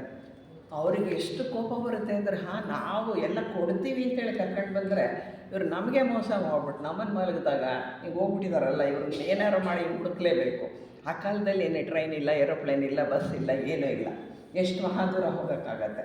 ನಾವು ಹುಡ್ಕೋಣ ಬನ್ನಿ, ಹುಡುಕ್ಬಿಟ್ಟು ಇವ್ರಿಗೆ ಪನಿಷ್ಮೆಂಟ್ ಕೊಡಲೇಬೇಕು, ಅವರನ್ನು ತೊಂದರೆ ಕೊಡಲೇಬೇಕು ಅವ್ರಿಗೆ ಅಂತ ಹೇಳಿ 30 ಜನ ಹೊರಡ್ತಾರೆ. ಅವ್ರನ್ನ ಈ ನರ್ತಕಿಯರನ್ನು ಹುಡುಕ್ತಾ ಇವರು ಬರ್ತಾ ಏನಾಗುತ್ತೆ ಅಂತಂದರೆ, ಭಗವಾನ್ ಬುದ್ಧರು ಉಪದೇಶ ಕೊಡ್ತಿದ್ದಂತಹ ಊರಿಗೆ ಬರ್ತಾರೆ. ಸರಿ, ಗುಂಪಿನಲ್ಲೇ ಎಲ್ಲಾದರೂ ಅವ್ರು ನರ್ತಕಿಯರಿದ್ದಾರಾ ಅಂತ ಹುಡುಕೋದಕ್ಕೋಸ್ಕರವಾಗಿ ಅಂತ ಬಂದು ಕೂತ್ಕೊತಾರೆ. ಅವರು ಬಂದು ಕೂತ್ಕೊಂಡ್ರೆ ಏನಾಗುತ್ತೆ, ಉಪದೇಶ ಕೇಳ್ತಾ ಅರಿವಿನಿಂದ ಕೇಳ್ತಾ ಕೂತ್ಕೊಳ್ತಾರೆ. ಅವ್ರ ಉಪದೇಶ ತುಂಬ ಹಿಡಿಸುತ್ತೆ. ಮತ್ತು ಮಾರನೇ ದಿನನೂ ಮಾಡ್ತಾರೆ, ಸರಿ ನಾವು ಬರ್ತೀವಿ ಅಂತ ಹೇಳಿ ಅಲ್ಲೇ ಉಳ್ಕೊಳ್ತಾರೆ, ಮತ್ತು ಮಾರನೇ ದಿನ ಬಂದು ಕೂತ್ಕೊತಾರೆ. ಎಷ್ಟು ತಲ್ಲೀನತೆ ಬರುತ್ತೆ ಅಂತ ಹೇಳಿದರೆ ಆ 30 ಜನ ಹುಡುಗರು ತಲ್ಲೀನರಾಗಿ ಇದರಲ್ಲಿ ಕೂತ್ಕೊಂಡ್ಬಿಡ್ತಾರೆ. ಆವಾಗ ಆ ನರ್ತಕಿಯರು ಅವ್ರ ಹತ್ರ ಇದ್ದಿದ್ದು ಒಡವೆ ವಸ್ತು ಎಲ್ಲ ಮರ್ತೋಯ್ತು ಅವ್ರಿಗೆ ಬೇಕಾದ್ದೇನೋ ಬುದ್ಧ ಹೇಳ್ತಿರುವಂತಹ ವಿಷಯಗಳು ಅಷ್ಟು ಚೆನ್ನಾಗಿದೆ ಅಂತ ಹೇಳಿ ಅರ್ಥ ಆಯಿತು. ಅವಾಗೇನಾಗುತ್ತೆ, ಅವರು ಬುದ್ಧರ ಜೊತೆಗೆ ನಾವು ಬರ್ತೀವಿ ಅಂತ ಹೇಳಿ ಮಠಕ್ಕೆ ಸೇರ್ಕೊತಾರೆ. ಆಮೇಲೆ ಅವರು ಧ್ಯಾನಕ್ಕೆ ಸೇರಿಕೊಳ್ತಾರೆ, ವಿಪಶ್ಯನ ಮಾಡೋದಕ್ಕೆ ಪ್ರಾರಂಭ ಮಾಡ್ತಾರೆ, ಸಾಧನೆಗೆ ತಮ್ಮನ್ನು ತಾವು ತೊಡಗಿಸ್ಕೊಳ್ತಾರೆ. ಅವರಿದ್ದಂತಹ ಸ್ಥಿತಿಗಿಂತ ಅತ್ಯಂತ ಉನ್ನತ ಸ್ಥಿತಿಯನ್ನು ಅವರು ತಲುಪಲಿಕ್ಕೆ ಸಾಧ್ಯ ಆಯಿತು. ಇದು ನಡೆದಂತಹ ಒಂದು ಘಟನೆ. ಅಂದರೆ ಒಳ್ಳೆಯವರ ಸಂಘ ಅಥವಾ ಅವರ ಆರ ಎಷ್ಟು ಚೆನ್ನಾಗಿರುತ್ತೆ ಅಂತ ಹೇಳಿದರೆ, ನಾವು ಏನೇ ಉದ್ದೇಶ ಇಟ್ಕೊಂಡು ಹೋದ್ರೂ ಅದು ಬದಲಾಗಿ ಬಿಡುತ್ತೆ. ಅಂಥವ್ರ ಜೊತೆ ಸೇರಿಕೊಂಡಾಗ ನಾವು ಕೂಡ ಅತ್ಯಂತ ಉತ್ತಮ ಸ್ಥಿತಿಗೆ ತಲುಪೋದಕ್ಕೆ ಸಾಧ್ಯ ಆಗುತ್ತೆ ಅನ್ನೋದಕ್ಕೆ ಈ ಒಂದು ಘಟನೆಯೇ ಸಾಕ್ಷಿಯಾಗಿರುತ್ತೆ. ಇನ್ನು ನಾವು ಮುಂದಿನ 2ನೇ ಸೂತ್ರ ನೋಡೋಣ. 2ನೇ ಸೂತ್ರದಲ್ಲಿ ಭಗವಾನ್ ಬುದ್ಧರು ಹೇಳ್ತಾರೆ, ಹಿತವಾದ ನಾಡಿನಲ್ಲಿ ವಾಸಿಸುವುದು. ಹಿಂದಿನ ಜನ್ಮಗಳಲ್ಲಿ ಪುಣ್ಯದ ಕಾರ್ಯಗಳನ್ನು ಮಾಡಿದ್ದಾಗ ನಿಮಗೆ ಏನು ಸಿಗಬೇಕೋ ಅದೆಲ್ಲವೂ ಸಿಗುತ್ತೆ. ಒಳ್ಳೆಯ ಆಕಾಂಕ್ಷೆಗಳನ್ನು ನಿಮ್ಮ ಮನಸ್ಸಿನಲ್ಲಿ ತುಂಬಿಸಿರುವುದು ಉತ್ತಮೋತ್ತಮವಾದ ಮಂಗಳ ಅಂತ ಹೇಳ್ತಾರೆ ಬುದ್ಧರು. 2-3 ಲೈನ್ ಅಷ್ಟೇ, ಅದೇನು ತುಂಬ ಅಲ್ಲ. ಆದರೆ ಯಾವಾಗ ನಾವು ವಿಷಯದ ಒಳಹೊಕ್ಕು ಹೋಗ್ತೀವಿ, ಒಳಹೊಕ್ಕು ನೋಡ್ತೀವಿ, ಆವಾಗ ಹಾಗಂದ್ರೆ ಏನು ಅಂತ ಅರ್ಥ ಆಗುತ್ತೆ ನಮಗೆ. ಇವರು ಒಂದೇ ಪದ ಹೇಳೋದು, ಹಿತವಾದ ನಾಡಿನಲ್ಲಿ ವಾಸಿಸುವುದು ಅಂತ. ಹಿತವಾದ ನಾಡು ಅಂದರೆ ಯಾವುದು? ಖಂಡಿತ. ಯಾಕೆ ಹೇಳಿ, ನಾವಿದ್ದೀವಲ್ವ ಅದಕ್ಕೆ. ಹಿತವಾದ ನಾಡು ಅಂದರೆ ನಮ್ಮ ಪರಿಸರ, ನಾವು ಹುಟ್ಟಿದ ಜಾಗ ಅಥವಾ ನಾವಿರುವಂತಹ ಮನೆ, ಇದೆಲ್ಲವೂ ಕೂಡ ಹಿತವಾಗಿ ಇರುತ್ತೆ ನಮಗೆ. ಈ ಜಾಗ ಬರೀ ಹಿತವಾಗಿದ್ದರೆ ಸಾಕಾಗಲ್ಲ, ನಮ್ಮ ಸಾಧನೆಗೆ ಪೂರಕವಾದಂತಹ ಜಾಗ ಆಗಿರಬೇಕು. ಏನು ನಾವು ಸಾಧನೆ ಮಾಡ್ತೀವಿ ಅದಕ್ಕೆ ಅವಕಾಶವನ್ನು ಮಾಡಿಕೊಡುವಂತಹ ಜಾಗದಲ್ಲಿ ನಾವು ವಾಸ ಮಾಡಬೇಕಾಗುತ್ತೆ. ನಾವು ವಾಸಿಸೋ ಜಾಗದಲ್ಲಿ ಧರ್ಮ ಇರಬೇಕು ಅಲ್ವಾ? ಇಂಥದ್ದೆಲ್ಲ ಇದ್ದಾಗ ನಾವು ಹಿತವಾಗಿ ಆನಂದವಾಗಿ ನಾವಿರೋ ಜಾಗದಲ್ಲಿ ವಾಸ ಮಾಡ್ತೀವಿ, ಆ ರೀತಿ ಇರುತ್ತೆ. ಮತ್ತು ನಮ್ಮ ಸುತ್ತಮುತ್ತಲೂ ನಾವು ಎಲ್ಲ ಗಲೀಜು ಹಾಕ್ಕೊಂಡ್ಬಿಟ್ಟು ನಾವು ಧ್ಯಾನ ಮಾಡ್ತೀವಿ, ನಾವು ಒಳ್ಳೆಯದಾಗಿರ್ತೀವಿ ಅಂದರೆ ಸಾಧ್ಯನಾ? ಇಲ್ಲ. ಮೊದಲು ಪರಿಸರದ ಸ್ವಚ್ಛತೆ ಅತ್ಯಂತ ಅಗತ್ಯ. ಸ್ವಚ್ಛವಾದಂತಹ ಪರಿಸರ ಆಗಿರಬೇಕು. ಆ ಪರಿಸರವನ್ನು ಶುದ್ಧವಾಗಿ ಇಟ್ಕೊಳ್ಬೇಕು ಎಲ್ಲ ವಿಧದಲ್ಲೂ. ಶುದ್ಧತೆ ಅಂದರೆ ಬರೀ ಸ್ಥೂಲ ಶುದ್ಧತೆ ಮಾತ್ರ ಅಲ್ಲ, ಬೇರೆ ರೀತಿಯಲ್ಲೂ ನಾವು ಶುದ್ಧವಾಗಿ ಇಟ್ಕೊಳ್ಬೇಕಾಗತ್ತೆ. ಮತ್ತು ನಾವು ಧ್ಯಾನ ಮಾಡೋದಕ್ಕೆ, ವ್ಯಾಸಂಗ ಮಾಡೋದಕ್ಕೆ ನಮಗೊಂದು ಜಾಗ, ಒಂದಿಷ್ಟು ಜಾಗ ಆದರೆ ಸಾಕು ನಮಗೆ ಕೂತ್ಕೊಳ್ಳಿಕ್ಕೆ ಒಂದು ಚೇರು, ಒಂದು ಟೇಬಲ್ಲು, ಒಂದಷ್ಟು ಬುಕ್ಸು, ಒಳ್ಳೆಯದಾದಂತಹ ಅದೇ ನಮ್ಮ ಜೀವಿತದ ಸಂಗಾತಿಗಳು. ಆ ಪುಸ್ತಕಗಳ ಜೊತೆ ಇರುವಂತಹ ಸೌಭಾಗ್ಯ ಅಥವಾ ಅದರ ಸಂತೋಷ ಬೇರೆ ಯಾವುದರಲ್ಲೂ ಸಿಗೋದಿಲ್ಲ. ಆರಾಮವಾಗಿ ಕಾಲ ಕಳೆಯುವಂತಹ, ಅಂದರೆ ನಾವು ಅರಿವನ್ನು ಗಳಿಸ್ಕೊಳ್ತಾ ಇರುವಂತಹ ಒಂದು ಸ್ಥಳ ಅದು. ಹೀಗೆ ಇರುವಂತಹ ಒಂದು ಸ್ಥಳ ನಮಗೆ ಬೇಕಾಗತ್ತೆ. ನಮಗೋಸ್ಕರ ಒಂದಷ್ಟು ಜಾಗ ಇಟ್ಕೋಬೇಕಾಗತ್ತೆ. ಬರೀ ಕೊಠಡಿ ಸ್ವಚ್ಛವಾಗಿ ಇಟ್ಕೊಂಡ್ರೆ, ಬರೀ ಮನೆ ಸ್ವಚ್ಛವಾಗಿ ಇಟ್ಕೊಂಡ್ರೆ, ಬರೀ ಪರಿಸರ ಸ್ವಚ್ಛವಾಗಿ ಇಟ್ಕೊಂಡ್ರೆ ಸಾಕ? ನಾವು ವಾಸ ಮಾಡೋದು ಎಲ್ಲಿ? ಇದನ್ನು ಯೋಚನೆ ಮಾಡಿ. ಎಲ್ಲಿ ವಾಸ ಮಾಡ್ತೀವಿ ನಾವು? ಎಲ್ಲಿದ್ದೀವಿ ನಾವು? ನಮ್ಮ ಶರೀರದಲ್ಲಿ ಅಲ್ವಾ? ಈ ನಮ್ಮ ದೇಹದಲ್ಲಿ ನಾವಿರೋದು. ನಮ್ಮನೆ ಯಾವಾಗಲೂ ನಮ್ಮ ಜೊತೆ ಬರಲ್ಲ. ನಾವು ಊರೊಳಗೆ ಇದ್ದೀವಿ, ಬೆಂಗಳೂರಲ್ಲೇ ಇದ್ದೀವಿ ನಿಜ, ಹಾಗಂತ ನಮ್ಮ ಮನೆಯೇ ಎಲ್ಲ ಕಡೆ ಹೊತ್ಕೊಂಡು ಹೋಗಲ್ಲ. ನಮ್ಮ ಮನೆ ಹೊತ್ಕೊಂಡು ಹೋಗ್ತೀವಿ. ಯಾವ ಮನೆ? ಈ ಮನೆ, ಈ ಶರೀರ, ಇದು ನಾವು ವಾಸ ಮಾಡುವಂತಹ ಸ್ಥಳ. ಈ ಸ್ಥಳವನ್ನು ಪರಿಶುದ್ಧವಾಗಿ ಇಟ್ಕೊಳ್ಬೇಕು, ಪವಿತ್ರವಾಗಿ ಇಟ್ಕೊಳ್ಬೇಕು. ಹಾಗಾಗಿ ನಾವು ವಾಸ ಮಾಡುವಂತಹ ನಮ್ಮ ಈ ದೇಹ, ಅದರ ಒಳಗಿರುವ ನಮ್ಮ ಅಂತರಂಗ ಎರಡೂ ಕೂಡ ಪರಿಶುದ್ಧವಾಗಿರಬೇಕು. ಅವ್ರು ಹೇಳಿರೋದು ಒಂದೇ ಪದ, ಪರಿಸರವನ್ನು ಶುದ್ಧವಾಗಿಡಿ ಅಂತ. ಯಾವ ಪರಿಸರ ಅಂತ ಯೋಚನೆ ಮಾಡ್ತಾ ಹೋದರೆ ಇದೆಲ್ಲ ನಮಗೆ ತೆಕ್ಕೊಳ್ತಾ ಹೋಗುತ್ತೆ, ಬಿಚ್ಕೊಳ್ತಾ ಹೋಗುತ್ತೆ. ಹಾಗಾಗಿ ನಮ್ಮ ಅಂತರಂಗ ಪರಿಶುದ್ಧವಾಗಿರಬೇಕು. ಯಾಕೆಂದರೆ ಅದನ್ನು ನಾವು ವಾಸ ಮಾಡೋ ಸ್ಥಳ. ನಮ್ಮ ಈ ದೇಹ ಪವಿತ್ರವಾಗಿರಬೇಕು. ಯಾಕೆ? ನಾವು ವಾಸ ಮಾಡೋ ಸ್ಥಳ. ನಾವು ಕೊನೆವರೆಗೂ ನಾವು ಜನ್ಮ ತಗೊಂಡು ಈ ಭೂಮಿಗೆ ಬಂದಾಗಿಂದ ಇದೇ ಶರೀರದಲ್ಲಿ ನಾವು ವಾಸ ಮಾಡೋದು, ಬೇರೆ ಶರೀರಕ್ಕೆ ಹೋಗಲ್ಲ ನಾವು. ಆಮೇಲೆ ಶರೀರ ಬಿಟ್ಟ ನಂತರ ಬೇರೆದು ಆಮೇಲೆ ಸಿಗ್ಬೋದು ಅಷ್ಟೇ. ಆದರೆ ಈ ಜನ್ಮಕ್ಕೆ ನಮಗೆ ಫಿಕ್ಸೆಡ್ ಏನು ಅಂದರೆ ಈ ಶರೀರ, ಇದೇ ನಾವು ವಾಸ ಮಾಡುವಂತಹ ಒಂದು ಸ್ಥಳ. ನಾವು ಮನೆ ಬದಲಾಯಿಸ್ಬೋದು, ಶರೀರ ಬದಲಾಯಿಸಲ್ಲ. ಹಾಗಾಗಿ ಇಲ್ಲಿ ನಮ್ಮ ಅಂತರಂಗ, ನಮ್ಮ ಶರೀರ, ಇದನ್ನು ಕೂಡ ಪರಿಶುದ್ಧವಾಗಿಟ್ಕೊಳ್ಬೇಕು. ಯಾಕೆಂದರೆ ನಾವು ಸದಾಕಾಲ ವಾಸ ಮಾಡುವ ಜಾಗ ಯಾವುದು ಅಂದರೆ ಇದೇ ಶರೀರ ಮತ್ತು ಇದೇ ಅಂತರಂಗ. ಇಲ್ಲೇ ನಾವು ವಾಸ ಮಾಡೋದು. ಯಾವುದೇ ಅರಿಷಡ್ವರ್ಗಗಳಿಗೆ ಪಕ್ಕಾಗುವಂತಿಲ್ಲ. ಯಾಕೆ ಅಂದರೆ ನಮ್ಮ ಶರೀರ ಶುದ್ಧವಾಗಿರಬೇಕು. ಕೋಪ ತಾಪ ಯಾವುದು ಬರೋ ಹಾಗಿಲ್ಲ. ಹೊಟ್ಟೆ ಕಿಚ್ಚು ದ್ವೇಷ ಯಾಕೆ ಬರಬೇಕು ಹೇಳಿ? ಅದು ಬಂದರೆ ನನ್ನ ಶರೀರ ಹಾಳಾಗಲ್ವಾ? ಅದಕ್ಕೆ ನ್ಯೂನತೆ ಬರುತ್ತೆ ಅಥವಾ ಕಾಯಿಲೆ ಬರುತ್ತೆ. ಯಾಕೆಂದರೆ ನೆಗೆಟಿವ್ ಥಾಟ್ಸ್ ಬರುತ್ತೆ. ನೆಗೆಟಿವ್ ಥಾಟ್ಸ್ ಬಂದ ಕೂಡಲೇ ನಮ್ಮ ಶರೀರದ ಆರೋಗ್ಯ ಏರುಪೇರಾಗತ್ತೆ. ಎಲ್ಲ ಆಲೋಚನೆ ಮಾಡಬೇಕಾಗತ್ತೆ ನಾವು. ಏನು ಹಾಗಂದ್ರೆ ಏನು ಅಂತ ಒಳಗೆ ಹೋದಾಗ ಇವೆಲ್ಲ ಬಿಚ್ಕೊಳ್ಳುತ್ತೆ. ಹಾಗೆ ನಮ್ಮ ಅಂತರಂಗದಲ್ಲಿ ಪರಿಶುದ್ಧವಾದಂತಹದ್ದನ್ನು ಬಿಟ್ಟು ಬೇರೆ ಏನು ಬೇಡದ್ದು ಇರುವಂತಿಲ್ಲ. ಸದಾಕಾಲ ಅಂತರಂಗ ಶುದ್ಧವಾಗಿಯೇ ಇರಬೇಕು. ಯಾಕೆ ಅಂದರೆ ನಾವು ಸದಾಕಾಲ ವಾಸ ಮಾಡುವ ಜಾಗ ನಮ್ಮ ಅಂತರಂಗ. ಅದು ನಮ್ಮ ಸಾಧನೆಗೆ ಪ್ರೋತ್ಸಾಹ ನೀಡುವಂತಿರಬೇಕು. ಆಗ ಮಾತ್ರ ನಮ್ಮ ಒಳಗೆ ಧರ್ಮ ಮತ್ತು ಸತ್ಯ ಅನ್ನೋದು ಅರಳುತ್ತೆ, ಹೂವಿನಂತೆ ಅರಳುತ್ತೆ. ಅದು ಹೊರಗೆಲ್ಲೋ ಇಲ್ಲ. ನಮ್ಮ ಒಳಗೆ ನಾವು ಕಂಡುಕೋಬೇಕಾಗಿರುವಂತಹದ್ದೇನು ಅಂದರೆ ನಮ್ಮ ಸತ್ಯ, ನಮ್ಮ ಧರ್ಮ, ಅದು ಇಲ್ಲೇ ಇರುವಂತಹದ್ದು, ಅದು ಅರಳುತ್ತೆ. ಹಾಗಾಗಿ ನಾವು ವಾಸಿಸುವ ಈ ಸ್ಥಳವನ್ನು ಅಭಿವೃದ್ಧಿಪಡಿಸುವುದು ನಮ್ಮ ಕೈಯಲ್ಲಿದೆ. ಬರೀ ಪರಿಶುದ್ಧ ಅಲ್ಲ, ಅದು ಅಭಿವೃದ್ಧಿ ಆಗಬೇಕು. ಅದಿನ್ನಷ್ಟು ಹೆಚ್ಚಬೇಕು. ಆ ಸಂತೋಷ ಹೆಚ್ಚಬೇಕು, ನಮ್ಮಲ್ಲಿ ಆನಂದ ಹೆಚ್ಚಬೇಕು, ಮೈತ್ರಿ ಜಾಸ್ತಿ ಆಗಬೇಕು, ಪ್ರೇಮ ಜಾಸ್ತಿ ಆಗಬೇಕು. ಇದೆಲ್ಲ ನಮ್ಮ ಅಭಿವೃದ್ಧಿ. ಈ ಅಭಿವೃದ್ಧಿಯನ್ನು ನಾವು ಗಮನದಲ್ಲಿ ಇಟ್ಕೊಂಡಿರಬೇಕಾಗತ್ತೆ. ಇನ್ನು ಮುಂದೆ ಹೇಳ್ತಾರೆ, ನಮ್ಮ ಹಿಂದಿನ ಪುಣ್ಯಕರ್ಮಗಳು ಚೆನ್ನಾಗಿರಬೇಕು ಅಂತಾರೆ ಬುದ್ಧರು. ಯಾಕೆ ಅಂದರೆ ಈಗ ನಾವಿರುವಂತಹ ಪರಿಸರ, ಈಗ ನಾವು ಹುಟ್ಟಿರುವಂತಹ ಜಾಗ, ಈಗ ನಾವು ತಲುಪಿರುವಂತಹ ಈ ಒಂದು ಪರಿಸರ ಏನಿದೆ, ಇದಕ್ಕೆ ಕಾರಣ ನಾವು ಹಿಂದಿನ ಜನ್ಮಗಳಲ್ಲಿ ಮಾಡಿದಂತಹ ಒಳ್ಳೆಯ ಕೆಲಸಗಳು. ಅದರಿಂದ ನಮಗೆ ಇವಾಗ ಇಂತಹ ಜನ್ಮ, ಇಂತಹ ಒಂದು ಪರಿಸರ, ಇಂತಹವರ ಸಹವಾಸ ಇದೆಲ್ಲ ದೊರಕಿದೆ. ಇದು ದೊರಕಿರೋದು ಯಾವುದರಿಂದ? ಯಾರೋ ಆಶೀರ್ವಾದ ಮಾಡಿದ್ರಿಂದ ಅಲ್ಲ, ನಮ್ಮದೇ ಹಿಂದಿನ ಜನ್ಮದ ಒಳ್ಳೆಯ ಕೆಲಸಗಳಿಂದ ಈಗ ನಾವು ಇಂಥದ್ದನ್ನು ಪಡ್ಕೊಂಡಿದ್ದೇವೆ. ಈಗ ಇನ್ನಷ್ಟು ಒಳ್ಳೆಯ ಕೆಲಸವನ್ನು ನಾವು ಜಾಸ್ತಿ ಮಾಡಬೇಕಾಗತ್ತೆ. ಯಾಕೆಂದರೆ ಮುಂದೆ ಇನ್ನೂ ಹೆಚ್ಚಿನ ಒಳ್ಳೆಯ ಪರಿಸರ ನಮಗೆ ಸಿಗಬೇಕಾಗತ್ತೆ. ಆವಾಗ ಬಿತ್ತಿದಂತಹ ಒಳ್ಳೆಯ ಬೀಜ ಈಗ ನಮಗೆ ಫಸಲು ಕೊಟ್ಟಿದೆ, ಈಗ ನಮಗೆ ಬೆಳೆಯನ್ನು ನೀಡಿದೆ. ಈ ಬೆಳೆ ಕಟಾವಿಗೆ ಬರುತ್ತೆ. ಈಗ ನಾವು ಮಾಡುವಂತಹ ಒಳ್ಳೆಯ ಕೆಲಸಗಳೆಲ್ಲ ನಮ್ಮ ಭವಿಷ್ಯದ ಆಶೀರ್ವಾದವಾಗತ್ತೆ. ಈಗ ಬಂದಿರೋ ಆಶೀರ್ವಾದ ಯಾವುದು? ನಾವು ಹಿಂದಿನ ಜನ್ಮಗಳಲ್ಲಿ ಮಾಡಿದಂತಹ ಒಳ್ಳೆಯ ಆಶೀರ್ವಾದ ಈಗ ನಮಗೆ ಸಿಕ್ಕಿದೆ.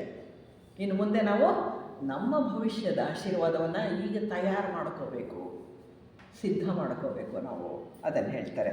ಹಾಗಾಗಿ ಈಗಲೂ ಕೂಡ ಇನ್ನೂ ಹೆಚ್ಚಿನ ಒಳ್ಳೆಯ ಕೆಲಸಗಳನ್ನು ನಾವು ಮಾಡ್ತಾ ಹೋಗಬೇಕಾಗತ್ತೆ. ಆದರೆ ಕರ್ಮಫಲದ ಆಸೆ ಬೇಡ.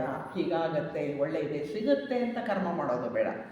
ಎಲ್ಲರ ಮೇಲಿನ ಪ್ರೀತಿಗಾಗಿ, ಎಲ್ಲರ ಮೇಲಿನ ಕರುಣೆಗಾಗಿ ಕೆಲಸ ಮಾಡ್ತಾ ಹೋಗಬೇಕೇ ಹೊರತು ಅದಕ್ಕೆ ನಮಗೆ ಇಂತಹ ಕರ್ಮ ಫಲ ಬರುತ್ತೆ ಅಂತ ಹೇಳಿ ಆಸೆ ಪಟ್ಟು ಮಾಡೋದು ಬೇಕಾಗಿಲ್ಲ. ಯಾಕೆ ಅಂತಂದರೆ ಬರಬೇಕಾದ್ದು ಬಂದೇ ಬರುತ್ತೆ. ಅದು ನಿಯಮ, ಕರ್ಮ ನಿಯಮ. ಶ್ರೀಕೃಷ್ಣ ಪರಮಾತ್ಮನು ಅದನ್ನೇ ಹೇಳ್ತಾರೆ, ಕರ್ಮ ಮಾಡಿ ಮಾ ಫಲೇಶು ಕದಾಚನ. ಯಾವಾಗಲೂ ಕರ್ಮ ಫಲದ ಬಗ್ಗೆ ಆಸೆ ಇಟ್ಕೊಳ್ಬೇಡಿ. ಅದು ನನಗೆ ಬರಲಿ, ಯಾವಾಗ ಬರಲಿ, ಆವಾಗ ಬರುತ್ತಾ, ಇವಾಗ ಬರುತ್ತಾ, ಯಾವುದು ಬೇಕಾಗಿಲ್ಲ ನಮಗೆ. ಆ ಸ್ಥಿತಿಯಲ್ಲಿ ನಾವು ಇರಬೇಕಾಗತ್ತೆ. ಅದಕ್ಕಾಗಿ ಈಗ ಮುಂದೆ ನಮ್ಗೆ ಒಳ್ಳೆಯದಾಗಲಿ ಅಂತ ಈಗ ಒಳ್ಳೆಯ ಕೆಲಸವನ್ನು ಮಾಡೋದು ಸರಿಯಲ್ಲ. ಒಳ್ಳೆಯ ಕೆಲಸವನ್ನು ಒಳ್ಳೆಯ ಕೆಲಸಕ್ಕಾಗಿ ಮಾಡಬೇಕೇ ಹೊರತು ಅದರ ಕರ್ಮ ಫಲದ ಆಸೆಯನ್ನು ನಾವು ಇಟ್ಕೊಳ್ಳೋದು ಬೇಕಾಗಿಲ್ಲ. ಫಲದ ಆಸೆ ಇಲ್ಲದೆ ಇದ್ದರೂ ಕೂಡ ಎಲ್ಲರೂ ಸಹೋದರರೇ ಅನ್ನುವಂತಹ ಆ ಮೈತ್ರಿ ಭಾವವನ್ನು ಮನಸ್ಸಿನಲ್ಲಿ ತುಂಬಿಸ್ಕೊಂಡು ಕೂಡಲೇ ಯಾರಿಗಾದ್ರೂ ತೊಂದರೆ ಅಂದರೆ ತಕ್ಷಣ ನಾವು ಕೆಲಸ ಮಾಡ್ತೀವಿ. ನಮ್ಮ ಮನೆಯವ್ರಿಗೆ ನಮ್ಮ ಮಗು ಬಿತ್ತು, ನಾವು ಎತ್ತೀವಲ್ವಾ? ಅದೇ ರೀತಿ ಪ್ರತಿಯೊಬ್ಬರೂ ಒಂದೇ ನಮ್ಮವರೇ ಅಂತಂದಾಗ ಅವರ ಸಹಾಯಕ್ಕೆ ಆಗೋದು ನಮ್ಮ ಧರ್ಮ, ಮಾನವನ ಕರ್ತವ್ಯ. ಹಾಗಾಗಿ ಆ ಮೈತ್ರಿ ಭಾವ ಇರಬೇಕು. ಎಲ್ಲರ ಕಲ್ಯಾಣಕ್ಕಾಗಿ ನಾವು ಕೆಲಸ ಮಾಡಬೇಕು. ಇದನ್ನು ಬುದ್ಧರು 2ನೆಯ ಸೂತ್ರವಾಗಿ ಕೊಡ್ತಾರೆ. ನೀವು ಹಿಂದೆ ಒಳಿತನ್ನು ಮಾಡಿದ್ದೀರಾ, ಈಗಲೂ ಒಳಿತನ್ನು ಮಾಡಿ, ಅದು ಮುಂದಕ್ಕೆ ನಿಮಗೆ ಬರುತ್ತೆ ಅಂತ ಹೇಳ್ತಾರೆ. ಈ ಕ್ಷಣದಲ್ಲಿ ಜೀವಿಸಬೇಕು ಪ್ರಮುಖವಾಗಿ. ಅಂದರೆ ಆ ಕ್ಷಣದಲ್ಲಿ ಜೀವಿಸೋದೇನು ಅಂದರೆ ಆ ಕ್ಷಣ ಏನು ಕೆಲಸ ಮಾಡಬೇಕು ಅದು ಮಾಡಬೇಕು, ಸುಮ್ಮನೆ ಇರಬೇಕು. ಇದನ್ನು ಕಲ್ತ್ಕೋಬೇಕು ನಾವು. ಯಾವಾಗಲೂ ಹಿಂದಿನ ಯಾವುದೋ ಆಲೋಚನೆಯಲ್ಲಿ ಮುಳುಗಿರೋದು ಇಲ್ಲ, ಮುಂದಿನ ಭವಿಷ್ಯದ ಕನಸಿನಲ್ಲಿ ಮುಳುಗಿರೋದು ಬೇಕಾಗಿಲ್ಲ. ಈ ಕ್ಷಣದಲ್ಲಿ ಜೀವಿಸೋದನ್ನು ಕಲ್ತ್ಕೊಳ್ಬೇಕು. ಆವಾಗ ಭೂತ ಭವಿಷ್ಯಗಳ ಚಿಂತೆ ನಮಗೆ ಬೇಕಾಗಿಲ್ಲ. ಅದಕ್ಕಾಗಿ ಏನು ಮಾಡಬೇಕು ಅಂತ ಹೇಳಿದರೆ, ಸದಾಕಾಲ ಸತ್ಕಾಂಕ್ಷೆಯನ್ನು ನಮ್ಮ ಹೃದಯ ಮತ್ತು ಮನಸ್ಸಿನಲ್ಲಿ ತುಂಬಿಕೊಂಡಿದ್ದಾಗ ಅವಾಗೇನಾಗತ್ತೆ ಅಂದರೆ ಭೂತಕಾಲವೂ ಇಲ್ಲ, ಭವಿಷ್ಯತ್ ಕಾಲವೂ ಇಲ್ಲ, ವರ್ತಮಾನದಲ್ಲಿ ಜೀವಿಸೋದಕ್ಕೆ ಸಾಧ್ಯವಾಗತ್ತೆ. ಆ ಮಾತನ್ನು ಕೂಡ ಇಲ್ಲಿ ನಾವು ಅರ್ಥ ಮಾಡ್ಕೋಬೇಕಾಗತ್ತೆ. ಈ ನೈತಿಕತೆ ಇದೆಯಲ್ಲ, ಇದು ನಮ್ಮನ್ನು ಕಾಪಾಡ್ತಾ ಹೋಗುತ್ತೆ. ನೈತಿಕತೆ ಯಾವಾಗಲೂ ಕೂಡ ನಮಗೆ ಒಳಿತನ್ನು ಉಂಟು ಮಾಡ್ತಾ ಹೋಗುತ್ತೆ. ಸದಾಕಾಲ ಅರಿವಿನಿಂದ ಇದ್ದು ಸಮತ್ವದಲ್ಲಿ ಜೀವಿಸಬೇಕಾಗತ್ತೆ. ನಮ್ಮ ಒಳ್ಳೆಯ ಎಲ್ಲ ಕೆಲಸಗಳು ಕೂಡ ನಮ್ಮ ಮನಸ್ಸನ್ನು, ನಮ್ಮ ಅಂತರಂಗವನ್ನು, ಅಂದರೆ ಈ ನಮ್ಮ ದೇಹವನ್ನು, ಅಂತರಂಗವನ್ನು ಪರಿಶುದ್ಧಗೊಳಿಸ್ತಾ ಹೋಗುತ್ತೆ. ನಮ್ಮ ಒಳ್ಳೆಯ ಕೆಲಸಗಳೇ ನಮಗೆ ಆಶೀರ್ವಾದ ಆಗುತ್ತೆ. ಬೇರೆ ಯಾವ ಆಶೀರ್ವಾದವೂ ಬೇಕಾಗಿಲ್ಲ, ನಮ್ಮ ಒಳಿತೆ ನಮಗೆ ಆಶೀರ್ವಾದವಾಗಿ ಹಿಂತಿರುಗಿ ಬರುತ್ತೆ. ಅದರಿಂದ ನಾವು ಶಾಂತಿಯ ಕಡೆಗೆ ನಡೀತೇವೆ. ಮನಸ್ಸು ಕೂಡ ಸಂಪೂರ್ಣವಾಗಿ ಶಾಂತಿಯಿಂದ ತುಂಬುತ್ತೆ. ಇದು ಎರಡನೆಯದಾಗಿ ಬುದ್ಧರು ಹೇಳುವಂತಹದ್ದು. ಅಂದರೆ ನಾವಿರುವಂತಹ ಪರಿಸರ ಅಂದರೆ ಏನು, ನಮ್ಮ ಶರೀರ, ನಮ್ಮ ಅಂತರಂಗ, ನಾವು ವಾಸ ಮಾಡುವಂತಹ ನಮ್ಮ ಕೊಠಡಿ, ನಮ್ಮ ಮನೆ, ನಮ್ಮ ಸುತ್ತಮುತ್ತಲ ಪರಿಸರ, ನಮ್ಮ ಊರು ಎಲ್ಲವೂ ಕೂಡ ಪರಿಶುದ್ಧವಾಗಿರಬೇಕು. ಎಲ್ಲವೂ ಶುಚಿಯಾಗಿಯೂ ಇರಬೇಕು, ಪವಿತ್ರವಾಗಿಯೂ ಇರಬೇಕು. ಈ ರೀತಿಯಾಗಿ ನೋಡಿಕೊಳ್ಳುವಂತಹದ್ದು ಉತ್ತಮವಾದಂತಹ ಮಂಗಳ. ಅಂದರೆ ಈಗ ಎರಡನೆಯ ಹಂತಕ್ಕೆ ಕರ್ಕೊಂಡು ಬರ್ತಾರೆ. ಅಂದರೆ ಮೊದಲು ಯಾರಿಂದ ದೂರ ಇರಬೇಕು, ಯಾರ ಜೊತೆಗಿರಬೇಕು ಅನ್ನೋದನ್ನು ಹೇಳಿದರು ಮೊದಲನೇ ಸೂತ್ರದಲ್ಲಿ. ಈ ಸೂತ್ರದಲ್ಲಿ ಹೇಳ್ತಾರೆ, ನೀನು ಆದಷ್ಟು ಎಷ್ಟು ಸಾಧ್ಯ ಅಷ್ಟು ಪವಿತ್ರವಾಗಿರು. ಆ ಪವಿತ್ರತೆಯನ್ನು ಕಾಪಾಡಿಕೊಂಡು ಹೋಗು. ನೀನಿರುವ ಜಾಗ, ನಿನ್ನ ಶರೀರ ಎಲ್ಲವೂ ಪವಿತ್ರವಾಗಿರಲಿ. ಸದಾಕಾಲ ಒಳ್ಳೆಯ ಕೆಲಸದ ಕಡೆಗೆ ಗಮನ ಕೊಡು. ಭೂತ ಭವಿಷ್ಯಗಳ ಚಿಂತೆ ಬೇಡ. ಸದಾಕಾಲ ಆನಂದದಲ್ಲಿ, ಆ ಕ್ಷಣದಲ್ಲಿ ಜೀವಿಸು ಅನ್ನುವಂಥದ್ದನ್ನು ಎರಡನೆಯ ಸೂತ್ರದಲ್ಲಿ ಕೊಡ್ತಾರೆ. ಮೂರನೇ ಸೂತ್ರ ನೋಡೋಣ. ಮೂರನೇ ಸೂತ್ರದಲ್ಲಿ ಏನು ಹೇಳ್ತಾರೆ ಅಂದರೆ, ಸಾಕಾದಷ್ಟು ಆತ್ಮ ಸಂಸ್ಕರಣ ಮತ್ತು ಪರಿಶುದ್ಧವಾದ ಅಂತರಂಗ ದೃಷ್ಟಿ, ಆತ್ಮ ಸಂಯಮ ಮತ್ತು ಸುಶಿಕ್ಷಿತವಾದಂತಹ ಮನಸ್ಸು, ಮಧುರವಾದ ಮಾತುಗಳನ್ನು ಸರಿಯಾದ ರೀತಿಯಲ್ಲಿ ಮಾತನಾಡುವುದು, ಇದು ಉತ್ತಮವಾದ ಮಂಗಳ. ಮೊದಲನೇದಾಗಿ ಏನು ಹೇಳಿದ್ರು, ಯಾರಿಂದ ದೂರ ಇರಬೇಕು, ಯಾರ ಹತ್ತಿರ ಇರಬೇಕು ಅನ್ನೋದನ್ನು ಹೇಳಿದರು. ಎರಡನೇದಾಗಿ ಹೇಳಿದ್ರು, ನಾವಿರುವ ಪರಿಸರ ಎಲ್ಲವೂ ಪರಿಶುದ್ಧ ಅಂತ ಹೇಳಿದರು. ಈಗ ಮುಂದಿನ ಹೆಜ್ಜೆ, ಇನ್ನೊಂದು ಹೆಜ್ಜೆ ಕರ್ಕೊಂಡು ಹೋಗ್ತಾರೆ. ಅದರಲ್ಲಿ ಹೇಳ್ತಾರೆ, ಸಾಕಾದಷ್ಟು ಆತ್ಮ ಸಂಸ್ಕರಣ ಅಂದರೆ ಆತ್ಮನ ಉನ್ನತಿಗೆ ಏನೇನು ಮಾಡಬೇಕು, ಏನೇನನ್ನು ಓದಬೇಕು, ಧ್ಯಾನ ಮಾಡಬೇಕು, ಪ್ರತಿಯೊಂದನ್ನು ಮಾಡ್ತಾ ಹೋಗೋ. ಉನ್ನತ ಆತ್ಮ ಸಂಸ್ಕರಣ, ಪರಿಶುದ್ಧ ಅಂತರಂಗ ದೃಷ್ಟಿ. ನಿನ್ನ ಅಂತರಂಗ ದೃಷ್ಟಿ ಎಷ್ಟು ಪವಿತ್ರ, ಎಷ್ಟು ಪರಿಶುದ್ಧವೋ ಅಷ್ಟು ಮುಂದಕ್ಕೆ ಹೋಗ್ತೀಯ ನೀನು. ಇದು ಮೂರನೆಯ ಸೂತ್ರ ಇದು ಅಂತ ಹೇಳ್ತಾರೆ. ಮತ್ತು ಆತ್ಮ ಸಂಯಮ ಅಂದರೆ ಇಂದ್ರಿಯಗಳ ಒಂದು ಇದಕ್ಕೆ ತೊಳಲಾಟಕ್ಕೆ ಬಗ್ಗದೇ ಇರುವಂತಹದ್ದು. ಅದರ ಜೊತೆಗೆ ಸುಶಿಕ್ಷಿತವಾದಂತಹ ಮನಸ್ಸು, ಮನಸ್ಸಿಗೆ ಒಳ್ಳೆಯ ಸಂಸ್ಕಾರಗಳನ್ನು ಕೊಡಬೇಕು. ಯಾವಾಗಲೂ ಅದು ಏನು ಓದಬೇಕು ಅದನ್ನೇ ಓದಬೇಕು. ಯಾವಾಗ ಧ್ಯಾನ ಮಾಡಬೇಕು ಆವಾಗ ಮಾಡಬೇಕು, ಯಾವಾಗ ವ್ಯಾಸಂಗ ಮಾಡಬೇಕು, ಯಾವಾಗ ಕೆಲಸ ಮಾಡಬೇಕು. ಆ ಸುಶಿಕ್ಷಿತತೆ ಮನಸ್ಸಿಗೆ ಬರಬೇಕಾಗತ್ತೆ. ಆ ಸ್ಥಿತಿಗೆ ನಮ್ಮನ್ನು ನಾವು ಕರ್ಕೊಂಡು ಹೋಗಬೇಕಾಗತ್ತೆ. ಜೊತೆಗೆ ಮಧುರವಾದ ಮಾತುಗಳನ್ನೇ ಆಡೋದ್ರಿಂದ, ಸರಿಯಾದ ರೀತಿಯಲ್ಲಿ ಮಾತಾಡೋದು ಉತ್ತಮವಾದ ಮಂಗಳ ಅಂತ ಮೂರನೆಯ ಒಂದು ಸೂತ್ರವನ್ನು ಕೊಡ್ತಾರೆ. ಅಂದರೆ ನೋಡಿ ಯಾವ ರೀತಿ ಕರ್ಕೊಂಡು ಹೋಗ್ತಾರೆ ಬುದ್ಧರು ನಮ್ಮನ್ನು ಅಂದರೆ, ಒಂದೊಂದು ಹಂತವಾಗಿ ಮೆಟ್ಟಿಲಾಗಿ ಕರ್ಕೊಂಡು ಹೋಗ್ತಾರೆ. 10ನೇ ಮೆಟ್ಟಿಲ ಹೊತ್ತಿಗೆ ನಿರ್ವಾಣದ ಶಾಂತಿ ನಮಗೆ ಬಂದುಬಿಡಬೇಕು, ಆ ಮಟ್ಟಕ್ಕೆ ನಮ್ಮನ್ನು ಅವರು ಕರ್ಕೊಂಡು ಹೋಗ್ತಾರೆ, ಸಿದ್ಧ ಮಾಡ್ತಾ ಹೋಗ್ತಾರೆ. ಈಗ ಮೂರನೆಯ ಸೂತ್ರ ನೋಡೋಣ. ಇದು ಸಂಸ್ಕಾರಯುತ ಜೀವನ ನಡೆಸೋದು ಅಂತ ಹೇಳ್ತಾರೆ. ಅಂದರೆ ನಮ್ಮ ಇಡೀ ಜೀವಿತವೇ ಸಂಸ್ಕಾರಯುತವಾಗಿ ಇರಬೇಕು. ಅಂದರೆ ಒಂದು ಚೂರು ತಪ್ಪುಗಳಾಗುವಂತಿಲ್ಲ, ಆ ರೀತಿಯಾಗಿರಬೇಕು. ನಮ್ಮ ಅಂತರಂಗದ ದೃಷ್ಟಿ ಸದಾಕಾಲ ಪರಿಶುದ್ಧವಾಗಿರಬೇಕು. ಅಂದರೆ ಅರಿಷಡ್ವರ್ಗಗಳಿಗೆ ಒಳಗಾಗುವಂತಿಲ್ಲ. ಇದ್ರ ಜೊತೆಗೆ ನಮ್ಮ ದೈನಂದಿನ ಜೀವಿತದ ಗುರಿ, ನಾವು ಮಾಡುವಂತಹ ದೈನಂದಿನ ಎಲ್ಲ ಕೆಲಸ ಕಾರ್ಯಗಳು, ನಮ್ಮ ಮಾತು, ನಮ್ಮ ಆಲೋಚನೆ, ನಮ್ಮ ಕೆಲಸ ಎಲ್ಲವೂ ಕೂಡ ಪ್ರಾಪಂಚಿಕ ವಸ್ತುಗಳನ್ನು ಪಡೆಯುವ ಕಡೆಗಲ್ಲ. ಈ ಎಲ್ಲ ಕೆಲಸಗಳನ್ನು ಪ್ರಾಪಂಚಿಕರಾದವರು ಪ್ರಾಪಂಚಿಕ ವಸ್ತುವನ್ನು ಪಡ್ಕೊಳ್ಳೋದಕ್ಕೋಸ್ಕರ ಮಾಡ್ತಿರ್ತಾರೆ. ನಾವು ಅದೇ ಕೆಲಸಗಳನ್ನು ಮಾಡ್ತೀವಿ, ಆದರೆ ನಮಗೆ ಪ್ರಾಪಂಚಿಕ ವಸ್ತುಗಳು ಬೇಕಾಗಿಲ್ಲ. ನಮಗೆ ಬೇಕಾಗಿರುವಂತಹದ್ದು ಆಧ್ಯಾತ್ಮಿಕ ಜೀವನ, ಅದಕ್ಕೆ ಬೇಕಾದಂತಹದ್ದಿರಬೇಕು.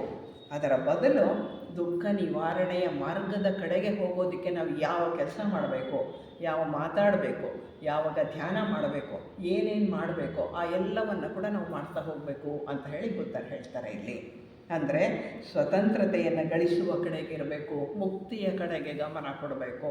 ಅಂದರೆ ಯಾವಾಗಲೂ ಪ್ರಾಪಂಚಿಕ ವಸ್ತುಗಳನ್ನು ಗಳಿಸೋದು ಅಂದರೆ ಏನು ಅಂದರೆ ಅದರೊಳಗೆ ಬಿದ್ದು ಅದರ ಬಂಧನದಲ್ಲಿ ತೊಳಲಾಡುವುದು ಅಂತ.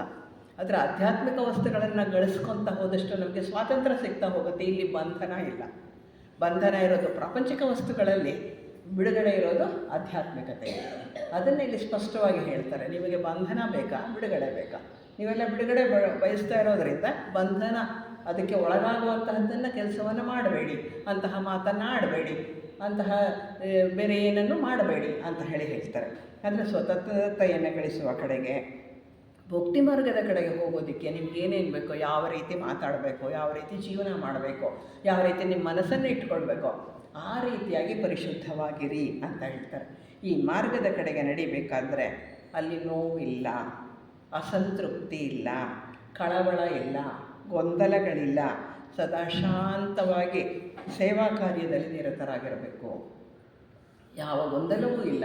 ಯಾಕೆಂದರೆ ಯಾರನ್ನು ಮೀರಿಸಿ ನಾವು ಏನೋ ಗಳಿಸ್ಬೇಕು ಅಂತ ಇಲ್ಲ. ನಮ್ಮ ಪಾಡಿಗೆ ನಾವು ನಿಧಾನವಾಗಿ ನಮ್ಮ ದಾರಿಯಲ್ಲಿ ಹೋಗುವಂತಹ ಒಂದು ಪ್ರಕ್ರಿಯೆ ಹೊರತು, ಇದನ್ನು ನಾನು ಯಾರನ್ನೋ ಮೀರಿಸ್ತೀನಿ, ಅವರು ಕೈತ ನಾನು ಕುರ್ಚಿ ಕಿತ್ಕೊಳ್ತೀನಿ, ನಾನು ಇದು ಮಾಡಿಬಿಡ್ತೀನಿ ಅನ್ನುವಂಥದ್ದು ಏನೂ ಇಲ್ಲ. ಇಲ್ಲಿ ಒಂಥರ ಕಾಂಪಿಟೇಷನ್ನೇ ಇಲ್ಲ. ನಮ್ಮ ಪಾಡಿಗೆ ನಾವು ನಡೆಯುವಂಥದ್ದು, ಒಟ್ಟಿಗೆ ಇರ್ತೀವಿ, ಒಟ್ಟಿಗೆ ನಡೀತಾ ಇದ್ದೀವಿ, ಒಬ್ಬರು ಮುಂದೆ ಒಬ್ಬರು ಹಿಂದೆ. ಅದು ನಮ್ಗೆ ಗೊತ್ತೂ ಆಗೋದು ಬೇಡ, ಏನು ಬೇಡ. ಸರಳವಾಗಿ, ಸಾಧಾರಣವಾಗಿ ಒಳ್ಳೆಯ ನಡಿಗೆಯಲ್ಲಿ ನಾವು ಮುಂದಕ್ಕೆ ಹೋಗಬೇಕಾಗತ್ತೆ. ಅಂದರೆ ಧಾರ್ಮಿಕ ಜೀವನ ಒಟ್ಟಾರೆಯಾದಂಥದ್ದು, ಬುದ್ಧರು ಹೇಳುವಂಥದ್ದು ಇಲ್ಲಿ ಧಾರ್ಮಿಕ ಜೀವನವನ್ನು ನಾವು ನಡೆಸಬೇಕು ಅಂತ ಹೇಳ್ತಾರೆ. ಆವಾಗೇನಾಗುತ್ತೆ, ಕೆಲಸ ಮಾಡುವ ವೇಳೆಯಲ್ಲಿ ಕೂಡ ನಾವು ಮಾಡ್ತಾ ಇರುವಂತಹ ಕೆಲಸ ಪರಿಪೂರ್ಣ ಆಗಿದೆಯೇ ಇಲ್ಲವೇ ಅಂತ ಯೋಚಿಸಬೇಕು ಅಂತ ಹೇಳ್ತಾರೆ. ಅಂದರೆ ಅತ್ಯಂತ ಕುಶಲ ಕಾರ್ಯವನ್ನು ನಾವು ಮಾಡುವ ಪರಿಸ್ಥಿತಿಯಲ್ಲಿ ಇರಬೇಕು. ಯಾವುದೇ ಕೆಲಸವನ್ನು ಮಾಡಿದ್ರೂ ಕೂಡ ನಮ್ಮ ಎಲ್ಲ ಮನಸ್ಸನ್ನು, ಗಮನವನ್ನು ಅದರ ಕಡೆಗಿಟ್ಟು ಅತ್ಯಂತ ಕೌಶಲ್ಯದಿಂದ ಆ ಕೆಲಸವನ್ನು ನಾವು ಮಾಡ್ತಾ ಹೋಗಬೇಕಾಗತ್ತೆ. ಅದು ಪ್ರಮುಖವಾದಂತಹ ಒಂದು ವಿಷಯ ಹೇಳ್ತಾರೆ. ಎಲ್ಲರಿಗಂತೂ ಒಳಿತಾಗುವ ಕೆಲಸ ಆಗಿರಬೇಕು ಅಂತಾರೆ. ಕೆಲಸ ಮಾಡ್ತೀನಿ ಅಂತ ಏನೋ ಕೆಲಸ ಮಾಡೋದಲ್ಲ, ಅದು ಎಲ್ಲರ ಹಿತ ಅದರಲ್ಲಿ ಇರಬೇಕು, ಎಲ್ಲರಿಗೂ ಒಳಿತಾಗಬೇಕು ಅಂತ ಕೆಲಸ ಮಾಡಬೇಕಾಗತ್ತೆ. ಇದರ ಜೊತೆಗೆ ಮಾತನಾಡೋದ್ರ ಬಗ್ಗೆ ಕೂಡ ಬುದ್ಧರು ಹೇಳ್ತಾರೆ. ಈ ಮಾತನಾಡುವ ವಿಷಯವಾಗಿ ನಾವು ಬಹಳಷ್ಟು ಕೇಳ್ತೇವಲ್ವ, ಮಾತು ಮಾಣಿಕ್ಯದಂತಿರಬೇಕು, ಮಾತು ಆಡಿದರೆ ಹೋಯಿತು, ಮುತ್ತು ಹೊಡೆದ್ರೆ ಹೋಯಿತು, ಏನೆಲ್ಲ ವಿಷಯಗಳನ್ನು ಮಾತಿನ ಬಗ್ಗೆ ನಾವು ಕೇಳಿಸ್ಕೊತೇವೆ. ಆ ರೀತಿಯಾಗಿ ನಾವು ಮಾತನಾಡಬೇಕಾದ್ರೆ ಕೂಡ ಅಷ್ಟು ಹುಷಾರಾಗಿ ನಾವು ಮಾತಾಡಬೇಕಾಗತ್ತೆ. ಬಹಳ ಎಚ್ಚರದಿಂದ ಮಾತಾಡಬೇಕು. ಅದರಲ್ಲಿ ಕೃಷ್ಣಮೂರ್ತಿಗಳು ಹೇಳುವಂತೆ ಯಾರನ್ನ ಕುರಿತು ಒಂದು ಬೇರೆಯ ಮಾತುಗಳನ್ನು ಆಡುವಂತಿಲ್ಲ, ಎಚ್ಚರ ತಪ್ಪಿ ಮಾತಾಡುವಂತಿಲ್ಲ, ಇನ್ನೊಬ್ಬರಿಗೆ ತೊಂದರೆ ಆಗುವಂತಹ ಮಾತನಾಡುವಂತಿಲ್ಲ. ಯಾವಾಗಲೂ ಪ್ರಿಯವಾದಂತಹದ್ದೇ ಪ್ರಿಯವನ್ನೇ ನುಡಿಬೇಕು. ಅದು ಒಂದು ವೇಳೆ ಸತ್ಯವೇ ಅಪ್ರಿಯವಾಗಿದ್ದರೂ ಕೂಡ ಅದನ್ನು ಹೇಳೋ ರೀತಿಯಲ್ಲಿ ಹೇಳಬೇಕು.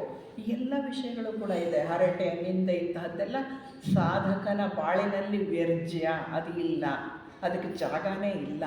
ಒಬ್ಬ ಸಾಧಕ ಅಂದರೆ ಹಿಂದೆ ಮಾತಾಡೋ, ಚಾಡಿ ಹೇಳು, ಇಂಥದ್ದು ಯಾವುದಕ್ಕೂ ಜಾಗನೇ ಇಲ್ಲ. ಇಲ್ಲಿ ಒಂದೇ ಮಾತಿನಲ್ಲಿ ಹೇಳ್ತಾರೆ, ಮಾತನಾಡುವಾಗ ಬಹಳ ಹುಷಾರಾಗಿರಬೇಕು ಅಂತ ಹೇಳ್ತಾರೆ. ಅಂದರೆ ಯಾರನ್ನು ನೋಯಿಸಬಾರ್ದು, ಆ ರೀತಿಯ ಮಾತುಗಳಿರಬೇಕು. ಸತ್ಯವನ್ನೇ ನುಡಿಯಬೇಕು. ಒಂದು ಯಾವ ರೀತಿ ಇರಬೇಕು ಅಂತಂದರೆ ಒಂದು ಮಂತ್ರದಂತೆ ಇರಬೇಕು ಮಾತು ಅಂತ ಹೇಳ್ತಾರೆ. ಈ ಮಂತ್ರಗಳು ಇಷ್ಟಿಷ್ಟೇ 2-3 ವಾಕ್ಯಗಳಲ್ಲೇ ಮಂತ್ರಗಳು ಮುಗಿದು ಹೋಗುತ್ತೆ. ಅದು ಎಷ್ಟು ಅರ್ಥಗರ್ಭಿತವಾಗಿರುತ್ತೆ. ಅದಕ್ಕೇನೆ ಮಹಾತ್ಮರ ಮಾತುಗಳು ಅಷ್ಟೇ, ಯಾವಾಗಲೂ ಮಂತ್ರದಂತೆ. ಒಂದು ಸರ್ತಿ ಹೇಳಿದರೆ ಅವ್ರು ಮತ್ತೆ ಹೇಳೋದಿಲ್ಲ, ಪದೇ ಹೇಳಲ್ಲ, ಅವ್ರು repeat. Golden words cannot be repeated ಅಂತ ಹೇಳ್ತಾರಲ್ವ, ಹಾಗೆ ಅಲ್ಲಿ ಏನಂತೆ ಇಲ್ಲಿ ಮಂತ್ರದಂತೆ ಇರಬೇಕು ಮಾತು ಅಂತ ಹೇಳ್ತಾರೆ. ಅಂದರೆ ಮಂತ್ರದಿಂದ ಎಲ್ರಿಗೂ ಒಳಿತಾ ಆಗತ್ತೆ, ಆ ವೈಬ್ರೇಷನ್ ಚೆನ್ನಾಗಿರುತ್ತೆ. ಅದೇ ರೀತಿಯಲ್ಲಿ ನಮ್ಮ ಮಾತು ಕೂಡ ಹಾಗಿರಬೇಕು ಅಂತ ಹೇಳ್ತಾರೆ. ಅಂದರೆ ಅಷ್ಟು ಅರ್ಥವತ್ತಾದ ಕೆಲವೇ ಮಾತುಗಳನ್ನು ಆಡಿದ್ರೆ ಸಾಕು ಅಂತ. ಅಂದರೆ ನಮ್ಮ ಜೀವನ ದುಃಖ ನಿವಾರಣೆಯ ಮಾರ್ಗದ ಕಡೆಗೆ ನಡಿಬೇಕಾಗಿರೋದ್ರಿಂದ ನಮ್ಮ ಬದುಕು ಈ ರೀತಿ ಇರುತ್ತೆ. ಇದು ರಿಯಾಲಿಟಿ. ಅಂದರೆ ಜೀವನದ ನೈಜತೆಯನ್ನು ಅರ್ಥ ಮಾಡಿಕೊಳ್ಳಬೇಕು. ಜೀವನ ಅಂದರೆ ಏನು ಅನ್ನೋದನ್ನು ಸರಿಯಾಗಿ ಅರ್ಥ ಮಾಡ್ಕೋಬೇಕು. ಅದರ ನೈಜತೆಯನ್ನು ತಿಳ್ಕೊಳ್ಬೇಕು. ನಾವು ಯಾತಕ್ಕೆ ನಾವು ಹುಟ್ಟಿದ್ದೀವಿ, ಅದರ ಬಗ್ಗೆ ನಾವು ಬಹಳ ಆಳವಾದಂತಹ ಆಲೋಚನೆಯನ್ನು ನಾವು ಮಾಡಬೇಕಾಗುತ್ತೆ. ದಿನನಿತ್ಯ ಮಾಡುವಂತಹ ಎಲ್ಲ ಕೆಲಸಗಳನ್ನು ಅಚ್ಚುಕಟ್ಟಾಗಿ ಕುಶಲತೆಯಿಂದ ಮಾಡಬೇಕು. ಪ್ರಾಮಾಣಿಕರಾಗಿ ಬದುಕಬೇಕು. ಅಂದರೆ ಮಾನಸಿಕವಾಗಿ, ದೈಹಿಕವಾಗಿ ಅತ್ಯಂತ ಪ್ರಾಮಾಣಿಕತೆ ಬಹಳ ಮುಖ್ಯವಾಗಿರುತ್ತೆ. ಅದರ ಜೊತೆಗೆ ಅತ್ಯಂತ ಪವಿತ್ರರಾಗಿ ಇರಬೇಕಾಗತ್ತೆ. ಸಾಧನೆಯಲ್ಲಿ ಕೂಡ ಅವಸರ ಬೇಕಾಗಿಲ್ಲ ಅಂತ ಹೇಳ್ತಾರೆ. ತುಂಬ ಅವಸರ, ಅಯ್ಯೋ ನಾನು ಇಷ್ಟು ಧ್ಯಾನ ಮಾಡ್ತೀನಿ ಆದರೂ ನನಗೆ ಏನೂ ಆಗಿಲ್ಲ, ನಾನು ಇಷ್ಟೊಂದು ಓದ್ತೀನಿ ಆದರೂ ನನಗೆ ಮುಂದೆ ಹೋದೆ ಅಂತ ಅನಿಸಲ್ಲ, ಅದು ಇದು ಏನೇನೋ ತಲೆಯಲ್ಲಿ ಬರುತ್ತೆ. ಇಂತಹ ಯಾವ ನೆಗೆಟಿವಿಟಿಗೂ ಅವಕಾಶ ಮಾಡಿಕೊಡುವಂಗಿಲ್ಲ. ಸಾಧನೆಯಲ್ಲಿ ಕೂಡ ಅವಸರ ಬೇಕಾಗಿಲ್ಲ. ಗೆಲುವು ಸಿಗಲಿ ಅಂತ ಅವಸರ ಬೇಡ. ಜೀವನದಲ್ಲಿ ಸೋಲು ಬಂದಾಗ ಬೇಸರ ಬೇಡ. ಇದು ಬಹಳ ಮುಖ್ಯವಾಗಿ ತಿಳ್ಕೊಳ್ಬೇಕಾದ. ಈಗಂತೂ ನಾವು ನಮ್ಮ ಮಕ್ಕಳಿಗೆ ಸೋಲು ಅನ್ನೋದನ್ನು ಹೇಳ್ಕೊಡಲ್ಲ. ಅವರು ಒಂದು ಏನಾದರೂ ಒಂದು ಕೇಳಿದ್ರೆ, ಒಂದು ಸಾಮಾನು ಕೇಳಿದ್ರೆ ನಾವು 10 ಸಾಮಾನು ಕೊಡಿಸಿರ್ತೇವೆ. ಅವರಿಗೆ ನೋ ಅಂತ ಹೇಳಿ ನಾನು ಕಲಿಸೋದೇ ಇಲ್ಲ. ನಾವು ಜೀವನದಲ್ಲಿ ಒಂದು ಚೂರು ಎಡವಿದ್ರೆ, ಒಂದು ಅಂದ್ಕೊಂಡಷ್ಟು 90% ಬರಬೇಕಿತ್ತು, ಬಂದಿಲ್ಲ, 88% ಬಂತು, ಹೋಗಿ ನೇಣು ಹಾಕ್ಕೊಳ್ತಾರೆ. ಈ ಮಟ್ಟಕ್ಕೆ ಮನಸ್ಸಿನ ಸ್ಥಿತಿ ಇದೆ. ಹಾಗಲ್ಲ ಮಕ್ಕಳನ್ನು ಸಾಕುವ ವಿಧಾನ. ಮಕ್ಕಳೇನು ನಮ್ಮನ್ನು ನಾವು ಸಾಕುವ ವಿಧಾನ ಕೂಡ ಹಾಗಲ್ಲ. ಸೋಲು ಗೆಲುವು ಎರಡನ್ನು ಸ್ವೀಕರಿಸುವ ಸಮಸ್ಥಿತಿಯ ಮನೋಭಾವವನ್ನು ಬೆಳೆಸಬೇಕಾಗತ್ತೆ. ಮಕ್ಕಳಿಗೆ ನೋ ಅಂತ ಹೇಳಿ ಕಲಿಸ್ಬೇಕಾಗತ್ತೆ. ಇಂತಹದ್ದು ಈಗ ಅಗತ್ಯ ಇಲ್ಲ, ಈಗ ಬೇಕಿಲ್ಲ, ಬೇಕಾದಾಗ ನಾನೇ ಕೊಡಿಸ್ತೇನೆ ಅಂತ ಹೇಳಿ ಅವ್ರಿಗೆ ಕನ್ವಿನ್ಸ್ ಮಾಡೋದನ್ನು ನಾವು ಕಲ್ತ್ಕೋಬೇಕಾಗತ್ತೆ. ಬಹಳಷ್ಟು ಈ ಪರೀಕ್ಷೆ ಟೈಮು, ಇದರ ಟೈಮ್ನಲ್ಲಿ ಬಹಳ ಜನ ಬರ್ತಾರೆ ನಮ್ಮ ಮನೆಗೆ ಕೌನ್ಸಿಲಿಂಗಿಗೋಸ್ಕರ. ಅದರಲ್ಲಿ ನಾವು ಎಷ್ಟು ಒದ್ದಾಡ್ತಾ ಇರ್ತೀವಿ ಅಂದರೆ ಅವ್ರಿಗೆ ಹೇಗೆ ತಿಳಿಸಿ ಹೇಳೋದು, ಅದನ್ನು ತಿಳಿಸಿ ಹೇಳೋದೇ ಒಂದು ಕಲೆ. ಹಾಗೆ ಇಲ್ಲಿ ನಮ್ಮ ಜೀವಿತದಲ್ಲಿ ಕೂಡ ಅವಸರ ಬೇಡ, ಮತ್ತು ಜೀವನದ ಸೋಲುಗಳಲ್ಲಿ ಬೇಸರ ಬೇಡ. ಹೌದಾ, ಅಯ್ಯೋ ಅದು ಇರುತ್ತೆ. ಜೀವನ ಅಂದರೆ ಇದು ನಡೆಯೋನು ಎಡುವುದಲ್ಲೇ, ಓಡೋರು ಎಳೆದು ಕೂತಿರೋರು ಎಡುವುದಕ್ಕೆ ಸಾಧ್ಯನಾ ಅಂತ ಹೇಳ್ತಾರಲ್ವ. ಹಾಗೆ ನಾವು ನಡೀತಾ ಇದ್ದೀವಿ, ಅದರಿಂದ ಅಕಸ್ಮಾತ್ ಎಡುವುದ್ರೆ ತೊಂದರೆ ಇಲ್ಲ, ಮತ್ತೆ ನಡೆಯೋಣ. ಆ ಮನಸ್ಥಿತಿಯಲ್ಲಿ ನಾವು ಇರಬೇಕಾಗತ್ತೆ. ಸೋಲುಗಳಿಗೆ ಬೇಸರ ಬೇಡ. ಒಂದೊಂದು ಸೋಲು ಕೂಡ ಗೆಲುವಿಗೆ ಒಂದು ಮೆಟ್ಟಿಲು. ಒಂದು ಸೋತೆ, ಸರಿ ಇನ್ನೊಂದು ಅದನ್ನು ಹತ್ಕೊಂಡು ನಾನು ಮುಂದೆ ಹೋಗ್ತೀನಿ ಅನ್ನುವಂತಹ ಮನಸ್ಥಿತಿಯಲ್ಲಿ ನಾವು ನಮ್ಮ ಜೀವಿತವನ್ನು, ನಮ್ಮ ಸಾಧನೆಯನ್ನು ಆ ರೀತಿಯಾಗಿ ಕೈಗೊಳ್ಳಬೇಕಾಗತ್ತೆ. ಅಂದರೆ ಏನರ್ಥ, ಇಲ್ಲಿ ಹೇಳ್ತಾರೆ ಸಮಚಿತ್ತತೆ ಅಥವಾ ಸಮತ್ವ. ಜೀವನದ ಆಗುಹೋಗುಗಳನ್ನು ಒಂದೇ ರೀತಿಯಾಗಿ ಸ್ವೀಕರಿಸುವಂತಹದ್ದು. ಸುಖ ದುಃಖ, ಸೋಲು ಗೆಲುವು, ನಿಂದೆ ಅಪಮಾನ, ಹೊಗಳಿಕೆ ಎಲ್ಲವೂ ಕೂಡ ಜೀವನದಲ್ಲಿ ಬಂದು ಹೋಗುವಂತಹ ವಿಷಯಗಳೇ ಹೊರತು ಶಾಶ್ವತ ವಿಷಯಗಳಲ್ಲ. ಜೀವನದಲ್ಲಿ ಎಲ್ಲವೂ ಬದಲಾಗ್ತಾ ಇರುತ್ತೆ, ಪ್ರತಿಯೊಂದು ಬದಲಾಗ್ತಾ ಇರುತ್ತೆ. ಅದರಿಂದ ನಾವು ಇದನ್ನು ಇಟ್ಕೊಳ್ಬೇಕು. ಸಮಚಿತ್ತತೆಯಿಂದ ಜೀವನ ಮಾಡೋದನ್ನು ಕಲ್ತ್ಕೊಳ್ಬೇಕಾಗತ್ತೆ. ಅದನ್ನು ಸಮತ್ವ ಅಂತೀವಿ. ಅಹಂ ಸಂಪೂರ್ಣವಾಗಿ ಹೊರಟು ಹೋಗಬೇಕು. ಸದಾಕಾಲ ನೈತಿಕತೆಯಿಂದ, ಶಾಂತಿಯಿಂದ, ಇತರರೊಂದಿಗೆ ಸಮರಸತೆಯಿಂದ ಬಾಳಬೇಕು. ಅದನ್ನು ಧರ್ಮ ಇನ್ ಆ್ಯಕ್ಷನ್ ಅಂತ ಕರೀತಾರೆ. ಧರ್ಮ ಇನ್ ಆ್ಯಕ್ಷನ್ ಯಾವುದು? ಸಮಚಿತ್ತತೆಯಿಂದ ನಮ್ಮ ಜೀವಿತವನ್ನು ನಡೆಸುವಂತಹದ್ದು. ಹಾಗೆ ಧರ್ಮದ ದಾರಿನೇ ಇದು. ಏನು? ಧರ್ಮ ಇನ್ ಆ್ಯಕ್ಷನ್. ಕೆಲಸ ಮಾಡ್ತಾ ಹೋಗುವಂಥದ್ದು, ಅದರ ಕೆಲಸದ ಇದನ್ನು ಬಿಟ್ಟುಬಿಡುವಂತಹದ್ದು. ಹಾಗೆ ಈ ಧರ್ಮವೇ ನಮ್ಮ ಉದ್ದೇಶಗಳನ್ನು ಪವಿತ್ರಗೊಳಿಸ್ತಾ ಹೋಗುತ್ತೆ. ಅಂದರೆ ನಾವು ಇನ್ನಷ್ಟು ಪವಿತ್ರ ಹೇಗಾಗ್ತೀವಿ ಅಂದರೆ ನಮ್ಮ ಉದ್ದೇಶಗಳೆಲ್ಲ ಪವಿತ್ರ ಆಗ್ತಾ ಹೋಗುತ್ತೆ. ಅಂದರೆ ಇದರ ಜೊತೆಗೆ ಪಂಚಶೀಲಗಳನ್ನು ನಾವು ಆಚರಣೆಗೆ ತರಲೇಬೇಕಾಗತ್ತೆ. ಪಂಚಶೀಲಗಳಿಲ್ದಲೇ ಜೀವನ ಅಪೂರ್ಣ. ಅಂದರೆ ಯಾವಾಗಲೂ ಸೌಶೀಲ್ಯ ರಚನೆ ಅಥವಾ ಪಂಚಶೀಲಗಳಿಗೆ ಬಹಳಷ್ಟು ಬೆಲೆಯನ್ನು ಎಲ್ಲ ಆಧ್ಯಾತ್ಮಿಕ ಗ್ರಂಥಗಳು ಕೊಟ್ಟಿದೆ. ಮೊದಲನೇ ಕೆಲಸ ನಮ್ಮನ್ನು ನಾವು ಪರಿಶುದ್ಧ ಮಾಡ್ಕೊಳ್ಳೋದು, ಆಮೇಲೆ ಉಳಿದ ವಿಷಯಗಳು. ಹಾಗಾಗಿ ಇಲ್ಲಿ ಪಂಚಶೀಲಗಳನ್ನು ಆಚರಣೆಗೆ ತರಲೇಬೇಕು ಅಂತ ಹೇಳ್ತಾರೆ. ಈ ಪಂಚಶೀಲಗಳು ಹೇಗಿರುತ್ತೆ ಅಂತ ಹೇಳಿದ್ರೆ, ಒಂದು ಮರಕ್ಕೆ ಬೇರುಗಳು ಯಾವ ರೀತಿ ಅಗತ್ಯನೋ, ಮರಕ್ಕೆ ಬೇರಿದ್ರೇ ಅದು ಮಣ್ಣಿನಲ್ಲಿ ಗಟ್ಟಿಯಾಗಿ ಇರುವಂಥದ್ದು, ಮತ್ತು ತನ್ನ ನೀರನ್ನು, ಆಹಾರವನ್ನು ಕೆಳಗಡೆಯಿಂದ ಅದು ಹೀರ್ಕೊಳ್ಳಿಕ್ಕೆ ಸಾಧ್ಯ ಆಗೋದು ಬೇರುಗಳಿಂದ. ಬೇರೆ ಇಲ್ಲದಲೇ ಬರೀ ಮರದ ಕಾಂಡನ ಇಟ್ಟರೆ ಅದು ಬೆಳೆಯೋದಕ್ಕೆ ಸಾಧ್ಯನಾ? ಇಲ್ಲ. ಅದು ಮೊದಲು ಬೇರು ಬಿಡುತ್ತೆ, ಬೇರು ಬಿಟ್ಟ ನಂತರ ಗಿಡ ಬರುವಂಥದ್ದು. ಹಾಗಾಗಿ ಪಂಚಶೀಲಗಳು ಒಂದು ಮರಕ್ಕೆ ಬೇರುಗಳಿದ್ದಂತೆ. ಬೇರುಗಳು ಯಾವ ರೀತಿ ಮರಕ್ಕೆ ಅತ್ಯಂತ ಮುಖ್ಯನೋ, ನಮಗೂ ಕೂಡ ಪಂಚಶೀಲಗಳು ಆ ರೀತಿ ಮುಖ್ಯ. ನಮ್ಮ ಧಾರ್ಮಿಕ ಜೀವನ ನಿಂತಿರೋದೇ ಈ ಪಂಚಶೀಲಗಳ ಆಧಾರದ ಮೇಲೆ. ಪಂಚಶೀಲಗಳೆಂದರೇನು ನಮಗೆ ಗೊತ್ತಿದೆ. ಬುದ್ಧರ ಆ ವಿಷಯವನ್ನು ನಾವು ಬಹಳಷ್ಟು ಓದಿ ತಿಳ್ಕೊಂಡಿದ್ದೇವೆ. ಅಹಿಂಸೆ, ಕಳ್ತನ ಮಾಡ್ದಲೇ ಇರೋದು, ಬ್ರಹ್ಮಚರ್ಯ, ಸತ್ಯನೇ ನುಡಿಯೋದು, ಮತ್ತು ಯಾವುದೇ ರೀತಿಯ ಮಾದಕ ವಸ್ತುಗಳ ಸೇವನೆಯನ್ನು ಮಾಡ್ದಲೇ ಇರುವಂತಹದ್ದು, ಇದು ಪಂಚಶೀಲಗಳು ಅಂತ ಹೇಳ್ತಾರೆ. ಅಂದರೆ ಒಬ್ಬ ಮನುಷ್ಯನ ಮನಸ್ಸು ಜಾರಿದ್ರೆ ಯಾವ್ಯಾವ ವಿಷಯಗಳಲ್ಲಿ ಜಾರಬಹುದು ಅಂತ ಹೇಳಿ ಪಟ್ಟಿ ಮಾಡಿ ಭಗವಾನ್ ಬುದ್ಧರು ಈ 5 ವಿಷಯಗಳನ್ನು ಪ್ರಧಾನವಾಗಿಟ್ಟರು. ಆದರೆ ಈ 5 ವಿಷಯಗಳಲ್ಲಿ ನಾವು ಸರಿಯಾಗಿದ್ದರೆ ಜಾರೋ ಪ್ರಮೇಯನೇ ಬರೋದಿಲ್ಲ. ಅದಕ್ಕೆ ಹೇಳ್ತಾರೆ, ನಮ್ಮಿಂದ ಪ್ರಾಣಿ ಪಕ್ಷಿ ಪ್ರಕೃತಿ ಮಾನವ ಸೇರಿ ಯಾರಿಗೂ ಯಾವುದೇ ರೀತಿಯ ಹಿಂಸೆ ಕ್ರೌರ್ಯ ಆಗದೇ ಇರುವ ರೀತಿಯಲ್ಲಿ ಅಹಿಂಸಾ ಜೀವನವನ್ನು ನಡೆಸಬೇಕು. ಮಾನಸಿಕವಾಗಿ ಕೂಡ ಇನ್ನೊಬ್ಬರಿಗೆ ಹಿಂಸೆಯನ್ನು ಮಾಡೋದು ನಿಷಿದ್ಧ, ಅದು ಕೂಡ ಮಾಡುವಂತಿಲ್ಲ. ನಮಗೆ ಸಂಬಂಧ ಪಡದೇ ಇರುವಂತಹ ವಸ್ತುಗಳನ್ನು ಮುಟ್ಟೋದು ಕೂಡ ಮುಟ್ಟಬಾರದು, ಹತ್ತಿರದಲ್ಲಿ ಹೋಗಿ ಕೂಡ ಅದನ್ನು ನೋಡಲಿಕ್ಕೆ ಹೋಗಬಾರ್ದು. ಇತರರ ವಸ್ತುಗಳಿಗೆ ಆಸೆ ಪಡಬಾರದು. ಬ್ರಹ್ಮಚರ್ಯ ಅಂದ್ರೇನು? ಬಹಳ ಪರಿಶುದ್ಧತೆಯಿಂದ ಸದಾ ಏಕ ಚೈತನ್ಯ ಅಥವಾ ಸತ್ಯದ ಬಗ್ಗೆ ಆಲೋಚನೆ ಮಾಡುವಂತಹದ್ದನ್ನು ಬ್ರಹ್ಮಚರ್ಯ ಅಂತ ಕರೀತಾರೆ. ಸದಾಕಾಲ ಆಲೋಚನೆಗಳ ಬಗ್ಗೆ ಗಮನ ಇರಬೇಕು. ಅವಾಗ ಆಲೋಚನೆ ಆ ಕಡೆ ಈ ಕಡೆ ನೆಗೆಟಿವಿಟಿ ಕಡೆ ಹೋಗದಲ್ಲೇ ಇರೋ ರೀತಿ ಕಾಪಾಡ್ಕೋಬೇಕಾಗತ್ತೆ. ಪರಮ ಶಾಂತಿಗೆ ಇದೇ ಮೂಲ ಮಂತ್ರ. ಇದು ಪವಿತ್ರ ಜೀವನ ಅಥವಾ ಬ್ರಹ್ಮಚರ್ಯ ಅಂತ ಕರೀತೇವೆ. ಇನ್ನು ಮಾತಿನ ಮೇಲೆ ಹಿಡಿತಾ ಬುದ್ಧರಾಗಲೇ ಹೇಳಿದ್ದಾರೆ. ಅಂದರೆ ಅವಾಗ ನಾವು ಒಂಚೂರು ಸುಳ್ಳು ಹೇಳೋದು, ನೋವಾಗೋ ರೀತಿ ಮಾತಾಡೋದು, ಎಕ್ಸಾಗರೇಟ್ ಅಂದರೆ ಉತ್ಪ್ರೇಕ್ಷೆ ಮಾಡ್ದಲೇ ಇರುವಂತಹದ್ದು, ಚುಚ್ಚು ಮಾತು, ಕಠೋರ ಮಾತು, ಇದ್ಯಾವುದು ಇಲ್ದಲೇ ಇರುವಂತಹದ್ದು, ಇತರರಿಗೆ ನೋವನ್ನು ಉಂಟು ಮಾಡ್ದಲೇ ಇರುವಂತಹದ್ದು ಅನ್ನುವ ಮಟ್ಟಕ್ಕೆ ನಾವು ಬದುಕ್ತೇವೆ. ಅಂದರೆ ಪ್ರಿಯಂ ಬ್ರೂಯಾತ್ ಸತ್ಯಂ ಬ್ರೂಯಾತ್ ಅನ್ನೋದ್ರ ಬಗ್ಗೆ ಬರ್ತೇವೆ. ಅಂದರೆ ನಾವು ಆಡುವ ಮಾತೆಲ್ಲವೂ ಕೂಡ ಸತ್ಯ ಆಗಿರಬೇಕು, ಪರಿಶುದ್ಧವೂ ಆಗಿರಬೇಕು, ನಿಜವಾದ್ದೇ ಆಗಿರಬೇಕು, ಸತ್ಯವೇ ಆಗಿರಬೇಕು. ಜೊತೆಗೆ ಇದೆಲ್ಲದರ ಜೊತೆಗೆ ಹೆಚ್ಚು ಮೌನವನ್ನು ಆಚರಿಸಬೇಕು ಅಂತ.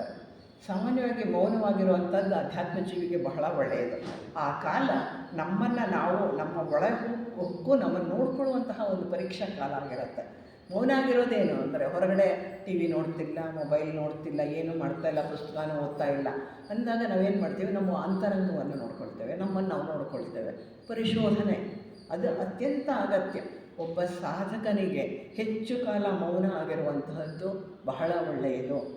ತನ್ನನ್ನು ತಾನು ನೋಡಿಕೊಳ್ಳಲಿಕ್ಕೆ, ತನ್ನನ್ನು ತಾನು ಕಂಡುಕೊಳ್ಳಲಿಕ್ಕೆ ಅಗತ್ಯವಾದಂತಹದ್ದು. ಅದಕ್ಕಾಗಿ ಒಂದಷ್ಟು ಕಾಲ ನಮಗಾಗಿ ಮೌನದಿಂದ ಇರುವಂಥದ್ದನ್ನು ನಾವು ಇಟ್ಕೋಬೇಕಾಗತ್ತೆ. ಮೌನ ಆಧ್ಯಾತ್ಮಿಕ ಸಾಧನೆಗೆ ಅತ್ಯಂತ ಪೂರಕವಾದಂತಹ ಒಂದು ಸಾಧನ ಆಗಿರುತ್ತೆ. ಇನ್ನು ಮಾದಕ ಪದಾರ್ಥಗಳು ಮನಸ್ಸಿಗೆ ಭ್ರಾಂತಿ ಉಂಟು ಮಾಡೋದರಿಂದ ಮತ್ತು ನಮ್ಮ ಮೆದುಳಿನ ಎಲ್ಲ ಜೀವಕೋಶಗಳ ನಾಶ ಆಗೋದರಿಂದ ಸರಿ ತಪ್ಪುಗಳ ವಿವೇಚನೆ ಹೊರಟು ಹೋಗುತ್ತೆ ನಮಗೆ. ಅದಕ್ಕಾಗಿ ಮಾದಕ ಪದಾರ್ಥಗಳನ್ನು ಸೇವನೆ ಮಾಡಬಾರ್ದು. ಭ್ರಾಂತಿಗೆ ಒಳಗಾದ ಮನಸ್ಸು ತನ್ನ ಸ್ಥಿಮಿತತೆಯನ್ನು ಕಳ್ಕೊಳ್ಳುತ್ತೆ. ಹಾಗಾಗಿ ಮೇಲೆ ಹೇಳಿದ ಉಳಿದ 4 ಶೀಲಗಳು ಕೂಡ ಕಳೆದು ಹೋಗುತ್ತೆ ಒಂದೇ ಒಂದು ಮಾದಕ ಪದಾರ್ಥದ ಸೇವನೆಯಿಂದ. ಅದರಿಂದ ಬಹಳ ಹುಷಾರಾಗಿರಬೇಕಾಗುತ್ತೆ. ಈ ಪಂಚಶೀಲಗಳೆಲ್ಲವೂ ಕೂಡ ನಮ್ಮ ಜೀವನದಲ್ಲಿ ಮಾರ್ಗದರ್ಶಕಗಳಾಗಿ ಕೆಲಸ ಮಾಡುತ್ತೆ. ನಾವು ಅತ್ಯಂತ ಜಾಗರೂಕತೆಯಿಂದ ಇರುವ ರೀತಿಯಲ್ಲಿ ಜವಾಬ್ದಾರಿಯುತವಾಗಿ ವರ್ತಿಸುವಂತೆ ನಮ್ಮನ್ನು ಕಾಪಾಡುವಂತಹದ್ದು ಈ ಪಂಚಶೀಲಗಳು. ಇವುಗಳ ಜೊತೆಗೆ ಜೀವನದ ಅನಿತ್ಯತೆಯನ್ನು ಸರಿಯಾಗಿ ಅರ್ಥ ಮಾಡ್ಕೊಳ್ಬೇಕು ನಾವು. ಜೀವನ ಎಷ್ಟು ಅನಿತ್ಯ, ಪ್ರತಿಯೊಂದು ಬದಲಾವಣೆಗೆ ಒಳಪಡುವಂತಹದ್ದು, ಇದರ ಬಗ್ಗೆ ನಮಗೆ ಖಚಿತವಾದಂತಹ ಒಂದು ಜ್ಞಾನ ಇರಬೇಕಾಗತ್ತೆ. ಅದಕ್ಕೆ ಈ ಸದಾಕಾಲ ಬದಲಾವಣೆಗೆ ಒಳಪಡುವಂತಹದ್ರ ವಿಷಯವನ್ನೇ ಅದಕ್ಕೆ ಹೊಂದಿಕೊಂಡೇ ನಾವು ಜೀವನ ಮಾಡಬೇಕಾಗತ್ತೆ. ಎಲ್ಲ ಬದಲಾವಣೆಯಲ್ಲೂ ಕೂಡ ಸಮತ್ವದಿಂದ ಜೀವಿಸೋದನ್ನು ಅಭ್ಯಾಸ ಮಾಡಬೇಕಾಗತ್ತೆ ನಾವು. ಅಂದರೆ ನಮ್ಮ ಜೀವನದ ನೈಜತೆಯನ್ನು ಅರ್ಥ ಮಾಡ್ಕೋಬೇಕು ಅಂತಾರೆ ಭಗವಾನ್ ಬುದ್ಧರು. ಜೀವನದ ನೈಜತೆ ಏನಪ್ಪ ಅಂತ ಹೇಳಿದ್ರೆ ಬದಲಾವಣೆ, ನಿರಂತರ ಬದಲಾವಣೆ ಮಾತ್ರ. ಎಲ್ಲವೂ ಕೂಡ ಬದಲಾಗ್ತಾ ಹೋಗುತ್ತೆ, ಪ್ರತಿಯೊಂದು ಕೂಡ ಚಲಿಸ್ತಾ ಇರುತ್ತೆ, ಪ್ರತಿಯೊಂದು ಕೂಡ ಬದಲಾಗ್ತಾ ಇರುತ್ತೆ. ಈ ನೈಜತೆಯನ್ನು ನಾವು ಅರ್ಥ ಮಾಡ್ಕೊಳ್ಬೇಕು ಅಲ್ವಾ. ನಾವು ಹುಡುಗರಾಗಿದ್ವಿ, ಮಕ್ಕಳಾಗಿದ್ವಿ, ಆಮೇಲೆ ಹುಡುಗರು ದೊಡ್ಡವರಾದ್ವಿ, ಇವಾಗ ಈ ಹಂತಕ್ಕೆ ನಾವು ಬಂದಿದ್ದೇವೆ. ಇದು ಪ್ರತಿಯೊಂದು ಕೂಡ ಬದಲಾವಣೆಯನ್ನು ತರುತ್ತೆ. ಎಲ್ಲವನ್ನು ನಮಗೆ ಗೊತ್ತಿಲ್ಲದೆ ಎಲ್ಲವೂ ಬದಲಾಗ್ತಾ ಬಂತು. ಅದನ್ನು ಸಹಜವಾಗಿ ಸ್ವೀಕರಿಸಿದ್ದೇವೆ ನಾವು. ಯಾವ ಗಲಾಟೆ ಗಡಿಬಿಡಿ ಮಾಡ್ಕೊಂಡಿಲ್ಲ, ಇಲ್ಲಿವರೆಗೂ ಬಂದು ನಿಂತಿದ್ದೇವೆ, ಈಗಲೂ ಸಹಜವಾಗಿಯೇ ಇದ್ದೇವೆ ನಾವು. ಈ ಸಹಜತೆ, ಈ ಸಮತ್ವ ನಮ್ಮ ಜೀವಿತದಲ್ಲಿ ಮುಂದಕ್ಕೂ ಕೂಡ ಇರಬೇಕಾಗತ್ತೆ. ಇದನ್ನು ನಾವು ಅರ್ಥ ಮಾಡ್ಕೊಳ್ಬೇಕು. ಬದಲಾವಣೆಯೇ ಜೀವನದ ಪರಮ ಸತ್ಯ, ಎಲ್ಲವೂ ಚಲಿಸುತ್ತದೆ. ಇದನ್ನು ಅರ್ಥ ಮಾಡ್ಕೋಬೇಕು. ಬುದ್ಧರು ಬಹಳ ಒತ್ತು ಕೊಟ್ಟು ಹೇಳಿದಂಥ ವಿಷಯಗಳಿತು. ಒಬ್ಬ ಹುಡುಗ ಇದ್ದ, ತುಂಬ ಬಡತನದಲ್ಲಿ ಹುಟ್ಟಿದಂಥವನು, ಕಷ್ಟಪಟ್ಟು ಅವನು ಓದ್ತಾ ಇದ್ದ. ಬಹಳ ತಂದೆ ಕೂಡ ಕಷ್ಟಪಟ್ಟು 4-5 ಮಕ್ಕಳನ್ನು ಸಾಕುವಂಥ ಕೆಲಸ ಮಾಡ್ತಾಯಿದ್ರು. ಇದ್ದಕ್ಕಿದ್ದಂತೆ ಅನಾರೋಗ್ಯ ಬಂದು ತಂದೆ ತೀರಿ ಹೋಗ್ತಾರೆ. ಆ ಹುಡುಗನಿಗೆ ವಿದ್ಯೆನೂ ನಿಂತು ಹೋಗುತ್ತೆ, ಮುಂದೆ ಏನು ಮಾಡಬೇಕು ಅನ್ನೋದು ಗೊತ್ತಾಗಲ್ಲ. ಒಂದು ದಿವಸ ತುಂಬ ಬೇಸರ ಆಗುತ್ತೆ, ಏನು ಹೇಗೆ ಜೀವನ ಮಾಡಲಿ ನಾನು ಅನ್ನೋದನ್ನು ಅಂತ ಯೋಚನೆ ಮಾಡ್ತಾ ಊರ ಹೊರಗೆ ಬರ್ತಾನೆ. ಊರ ಹೊರಗೆ ನಡ್ಕೊಂಡ್ಬಂದರೆ ಅವಾಗೇನಾಗುತ್ತೆ ಅಂತಂದರೆ ಅಲ್ಲೊಂದು ಕಾಲುವೆ ಹರಿತಾ ಇರುತ್ತೆ. ಆ ಕಾಲುವೆನಲ್ಲಿ ಅದರ ದಂಡೆನಲ್ಲಿ ಒಂದು ಕಲ್ಲು ಬೆಂಚಿನ ಕಲ್ಲು ಮೇಲೆ ಕೂತ್ಕೊಳ್ತಾನೆ ಅವನು. ಕೂತ್ಕೊಂಡು ಅದನ್ನೇ ನೋಡ್ತಾ ಇರ್ತಾನೆ. ಅದನ್ನು ನೋಡ್ತಾ ಇದ್ದಾಗ ತಿಳಿ ನೀರು ಹರಿದು ಬರುತ್ತೆ. ಎಲ್ಲೋ ಮಳೆ ಆಯಿತೋ ಏನೋ ಆಯಿತೋ ಅಥವಾ ಏನೋ ಒಂಥರ ಜಾಸ್ತಿ ನೀರು ಹರಿದು ಬಂತು. ಕೆಸರು, ಕೊಚ್ಚೆ, ಮರದ ತುಂಡು, ಗಿಡ, ಮರ ಏನೇನೋ ಹರಿದು ಬಂತು ಅದರಲ್ಲಿ, ಆ ಕಾಲುವೆನಲ್ಲಿ. ಇವನು ನೋಡ್ತಾನೆ ಇದ್ದ, ಈಗಿನ ತಿಳಿ ನೀರು ಹರಿತಾ ಇತ್ತು ಅಷ್ಟು ಚೆನ್ನಾಗಿ, ಇವಾಗೇನು ಹಿಂಗೆ ಬಗ್ಗಡ ಆಗ್ತಾ ಇದೆ ಅಂತ. ಎಲ್ಲೋ ಏನೋ ತೊಂದರೆ ಆಗಿತ್ತು, ಅದನ್ನು ಕಟ್ಕೊಂಡಿತ್ತು, ಏನೋ ಕ್ಲೀನ್ ಆಯಿತು, ಎಲ್ಲವೂ ಬಂತು. ಸ್ವಲ್ಪ ಹೊತ್ತಿನೆಲ್ಲ ಕಸ ಕಡ್ಡಿ ಎಲ್ಲ ತಿಂದು ಬಂತು. ಅವನಿಗೆ ಬದಲಾವಣೆನ ನೋಡ್ತಾನೇ ಇದ್ದ. ಇನ್ನೂ ಸ್ವಲ್ಪ ಹೊತ್ತು ಕಳೀತು, ಅವೆಲ್ಲವೂ ಕೂಡ ಮುಂದಕ್ಕೆ ಸಾಕ್ತು. ಮತ್ತೆ ತಿಳಿ ನೀರು ಹರಿಯೋದಕ್ಕೆ ಶುರುವಾಯಿತು. ಇವನು ಕೂತೇ ಇದ್ದಾನೆ, ಅದನ್ನು ನೋಡ್ತಾನೇ ಇದ್ದಾನೆ, ಬೇರೆ ಏನು ಮಾಡ್ತಾ ಇಲ್ಲ ಅವನು. ಆಗ ಹುಡುಗ ಯೋಚನೆ ಮಾಡ್ತಾನೆ, ಹೌದಲ್ವಾ, ಜೀವನದ ಎಲ್ಲ ವಿಷಯಗಳು ಕೂಡ ಇದೇ ರೀತಿ. ಕೆಲವು ಸರ್ತಿ ಆರಾಮವಾಗಿ ತಿಳಿ ನೀರಿನ ರೀತಿಯಲ್ಲಿ ಜೀವನ ನಡೀತಾ ಇರುತ್ತೆ. ಒಮ್ಮೆಲೆ ಕಸ ಕಡ್ಡಿ ಎಲ್ಲ ಗಲೀಜು ಬರುತ್ತೆ, ಅವೆಲ್ಲವೂ ಮುಂದೆ ಹೋಗುತ್ತೆ. ಮತ್ತೆ ತಿಳಿ ನೀರು ಹರಿಯುತ್ತೆ, ಎಲ್ಲವೂ ಮಾಯವಾಗುತ್ತೆ. ನಿರಂತರ ಬದಲಾವಣೆಯೇ ಜೀವನ ಅನ್ನೋದು ಆ ಹುಡುಗನಿಗೆ ಅರ್ಥ ಆಗುತ್ತೆ. ಆಗ ಅವನೇನು ಮಾಡ್ತಾನೆ, ಸೀದಾ ಮನೆಗೆ ಹೋಗ್ತಾನೆ. ತಾನು ಕಷ್ಟಪಟ್ಟು ದುಡಿತಾನೆ, ಎಲ್ಲರ ಒಳಿತಿಗೆ ಅವನು ದುಡಿಯೋದಕ್ಕೆ ಪ್ರಾರಂಭ ಮಾಡ್ತಾನೆ. ಅಂದರೆ ಯಾವುದೋ ಒಂದು ಸಣ್ಣ ವಿಷಯದಿಂದ ಕೂಡ ನಾವು ಪಾಠ ಕಲಿತ್ಕೊಳ್ಬೋದು. ಒಂದು ಹಕ್ಕಿ ಏನೋ ಕೂಗ್ತಾ ಇದೆ, ಅದರಿಂದನೂ ಕಲಿತ್ಕೋಬಹುದು. ಒಂದು ನೀರು ಹರಿಯುತ್ತಿದೆ, ಅದರಿಂದ ಕಲಿತ್ಕೊಳ್ಬೋದು. ಅವರು ಸ್ವಾಮಿಗಳು ಹೇಳ್ತಾರೆ, ಮುಕುಂದರ ಸ್ವಾಮಿಗಳು, ನೋಡಿ ಇಲ್ಲಿ ನೀರು ಗುಳ್ಳೆಗಳು ಬರುತ್ತೆ, ನೀರಿನಲ್ಲಿ ಪಟ್ಟಂತ ಹೊಳೆಯುತ್ತೆ ಹೋಗುತ್ತೆ. ಮನುಷ್ಯನ ಜೀವನನೂ ಅಷ್ಟೇ, ಗುಳ್ಳೆ ರೀತಿಯಲ್ಲಿ ಬರ್ತೀವಿ, ಅದು ಹೊಳೆಯುತ್ತೆ, ಹೊರಟು ಹೋಗ್ತೀವಿ ಅಂತ ಹೇಳ್ತಾರೆ. ಎಷ್ಟು ಸತ್ಯಗಳು ಅಡಗಿರುತ್ತೆ ಅಂದರೆ ಅದನ್ನು ಕೂತು ಪರಿಸರವನ್ನು ಗಮನಿಸಿದಾಗ ಅದಕ್ಕಿಂತ ಹೆಚ್ಚಿನ ಒಂದು ವಿದ್ಯೆ ನಮಗೆ ಬೇರೆ ಎಲ್ಲಿಂದನೂ ಸಿಗೋದಿಲ್ಲ. ಜೀವನದ ಪಾಠ, ಜೀವನವೇ ವಿಶ್ವವಿದ್ಯಾನಿಲಯ ಅಂತ ಹೇಳ್ತಾರೆ. ಎಲ್ಲವೂ ಅದರಿಂದ ಕಲಿಯುವಂಥ ಪಾಠ. ನಮ್ಮ ಜೀವನದಲ್ಲೂ ಅಷ್ಟೇ, ಯಾವುದೂ ಶಾಶ್ವತ ಉಳಿಯುವಂಥದ್ದಲ್ಲ. ನಿರಂತರ ಅರಿವನ್ನು ಬಿಟ್ಟು, ನಿರಂತರ ಅರಿವು ಮಾತ್ರ ನಮ್ಮಲ್ಲಿರಬೇಕು. ಅದಿದ್ದಾಗ ಎಲ್ಲ ಅಶಾಶ್ವತತೆಯನ್ನು ಕೂಡ ನಾವು ಅರಗಿಸ್ಕೊಳ್ತೇವೆ. ಎಲ್ಲವನ್ನು ನೋಡ್ತಾ ಹೋಗ್ತೇವೆ. ಎಲ್ಲ ಬದಲಾವಣೆಯನ್ನು ಕೂಡ ಸತತ ಅರಿವಿನಿಂದ ಗಮನಿಸಬೇಕು. ಬದಲಾವಣೆಗಳನ್ನು ಪ್ರತಿರೋಧ ಮಾಡಬಾರ್ದು. ಯಾಕೆ ಹೀಗಾಗ್ತಿದೆ, ನನಗೆ ಯಾಕೆ ಕಷ್ಟ ಬರ್ತಾ ಇದೆ, ಬೇರೆಯವರೆಲ್ಲ ಆರಾಮಾಗಿದ್ದಾರೆ, ಈ ಭಾವನೆಗಳು ಯಾವತ್ತೂ ಬೇಡ. ಎಲ್ಲವೂ ನಾನು ಮಾಡಿದ ಮಾತ್ರ ನನಗೆ ಬರುತ್ತೆ ಅಷ್ಟೇ. ಅಲ್ಲಿಗೆ ಆ ಮನಸ್ಸು ಸ್ಥಿತಿಗೆ ಬಂದಾಗ ಎಲ್ಲವನ್ನು ಸಮತ್ವದಿಂದ ಸ್ವೀಕರಿಸುವ ಮನಸ್ಥಿತಿ ಬರ್ತದೆ. ನಾವು ಮಕ್ಕಳಾಗಿದ್ವಿ, ದೊಡ್ಡವರಾದ್ವಿ, ವಯಸ್ಸಾಯಿತು, ಸಂಸಾರ, ಎಲ್ಲ ಬದಲಾವಣೆಯನ್ನು ಗುರುತಿಸಿದ್ದೇವೆ ನಾವು. ಹೀಗಿದ್ದಾಗ ಕೂಡ ಯಾರು ಇವೆಲ್ಲಕ್ಕೂ ಹೊಂದಿಕೊಳ್ತಾರೋ, ಈ ನಿರಂತರ ಬದಲಾವಣೆಯನ್ನು ಸಹಜವಾಗಿ ಯಾರು ಸ್ವೀಕರಿಸ್ತಾರೋ ಅವರ ಜೀವನ ಹಸನಾಗಿರುತ್ತೆ ಅಲ್ವಾ? ಯೋಚನೆ ಮಾಡಿ, ನಮ್ಮ ಮನೆಯಲ್ಲಿ ನಡೆದಂತಹ ಬದಲಾವಣೆಗಳನ್ನು ನಾವು ಸಹಜವಾಗಿ ಸ್ವೀಕರಿಸಿದ್ದರ ಪ್ರಭಾವ ಏನಂದರೆ ನಾವು ನೆಮ್ಮದಿಯಾಗಿ ನಮಗಾಗಿ ವೇಳೆಯನ್ನು ಇಟ್ಕೊಂಡು ಇರಬೇಕಾದ್ರೂ ಇರ್ಬೋದು. ನಾವು ಇದನ್ನು ಕಲ್ತ್ಕೊಳ್ಬೇಕು. ನಾವು ಬದಲಾವಣೆಗೆ ನಮ್ಮನ್ನು ಸಹಜವಾಗಿ ಒಳಗೆ ಮಾಡ್ಕೊಳ್ತಾ ಹೋಗಬೇಕಾಗತ್ತೆ. ಈ ಎಲ್ಲದರ ಮಧ್ಯೆ ಇನ್ನೊಂದು ವಿಷಯ ಅಂದರೆ ಪರಿಪಕ್ವತೆಯ ಕಡೆಗೆ, ಪರಿಶುದ್ಧತೆಯ ಕಡೆಗೆ, ಸಾಧನೆಯ ಕಡೆಗೆ ಹೆಚ್ಚಿನ ಒತ್ತನ್ನು ಕೊಡಬೇಕಾಗತ್ತೆ. ಆಗ ದುಃಖ ನಿವಾರಣೆಯ ಮಾರ್ಗದಲ್ಲಿ ನಡೆಯೋದಕ್ಕೆ ಸಾಧ್ಯ ಆಗತ್ತೆ. ಇದು ಮಹಾಮಂಗಳ ಸೂತ್ರದ 3ನೆಯ ಸೂತ್ರ. ಅಂದರೆ ಭಗವಾನ್ ಬುದ್ಧರು ಒಬ್ಬ ಸಾಧಾರಣ ವ್ಯಕ್ತಿಯನ್ನು 3ನೇ ಸೂತ್ರದ ಹೊತ್ತಿಗೆ ಪವಿತ್ರತೆಯ ಕಡೆಗೆ, ಸಮತ್ವದ ಕಡೆಗೆ ಕರ್ಕೊಂಡು ಬಂದರು. ಜೀವಿತದ ಅನಿಶ್ಚಿತತೆಯ ಕಡೆಗೆ, ಎಲ್ಲವೂ ಬದಲಾಗುವುದರ ಕಡೆಗೆ ಕರ್ಕೊಂಡು ಬಂದರು. ಈ ಹಂತಕ್ಕೆ ಕರ್ಕೊಂಡು ಬಂದರು. ಇನ್ನು 7 ಸೂತ್ರಗಳಿವೆ.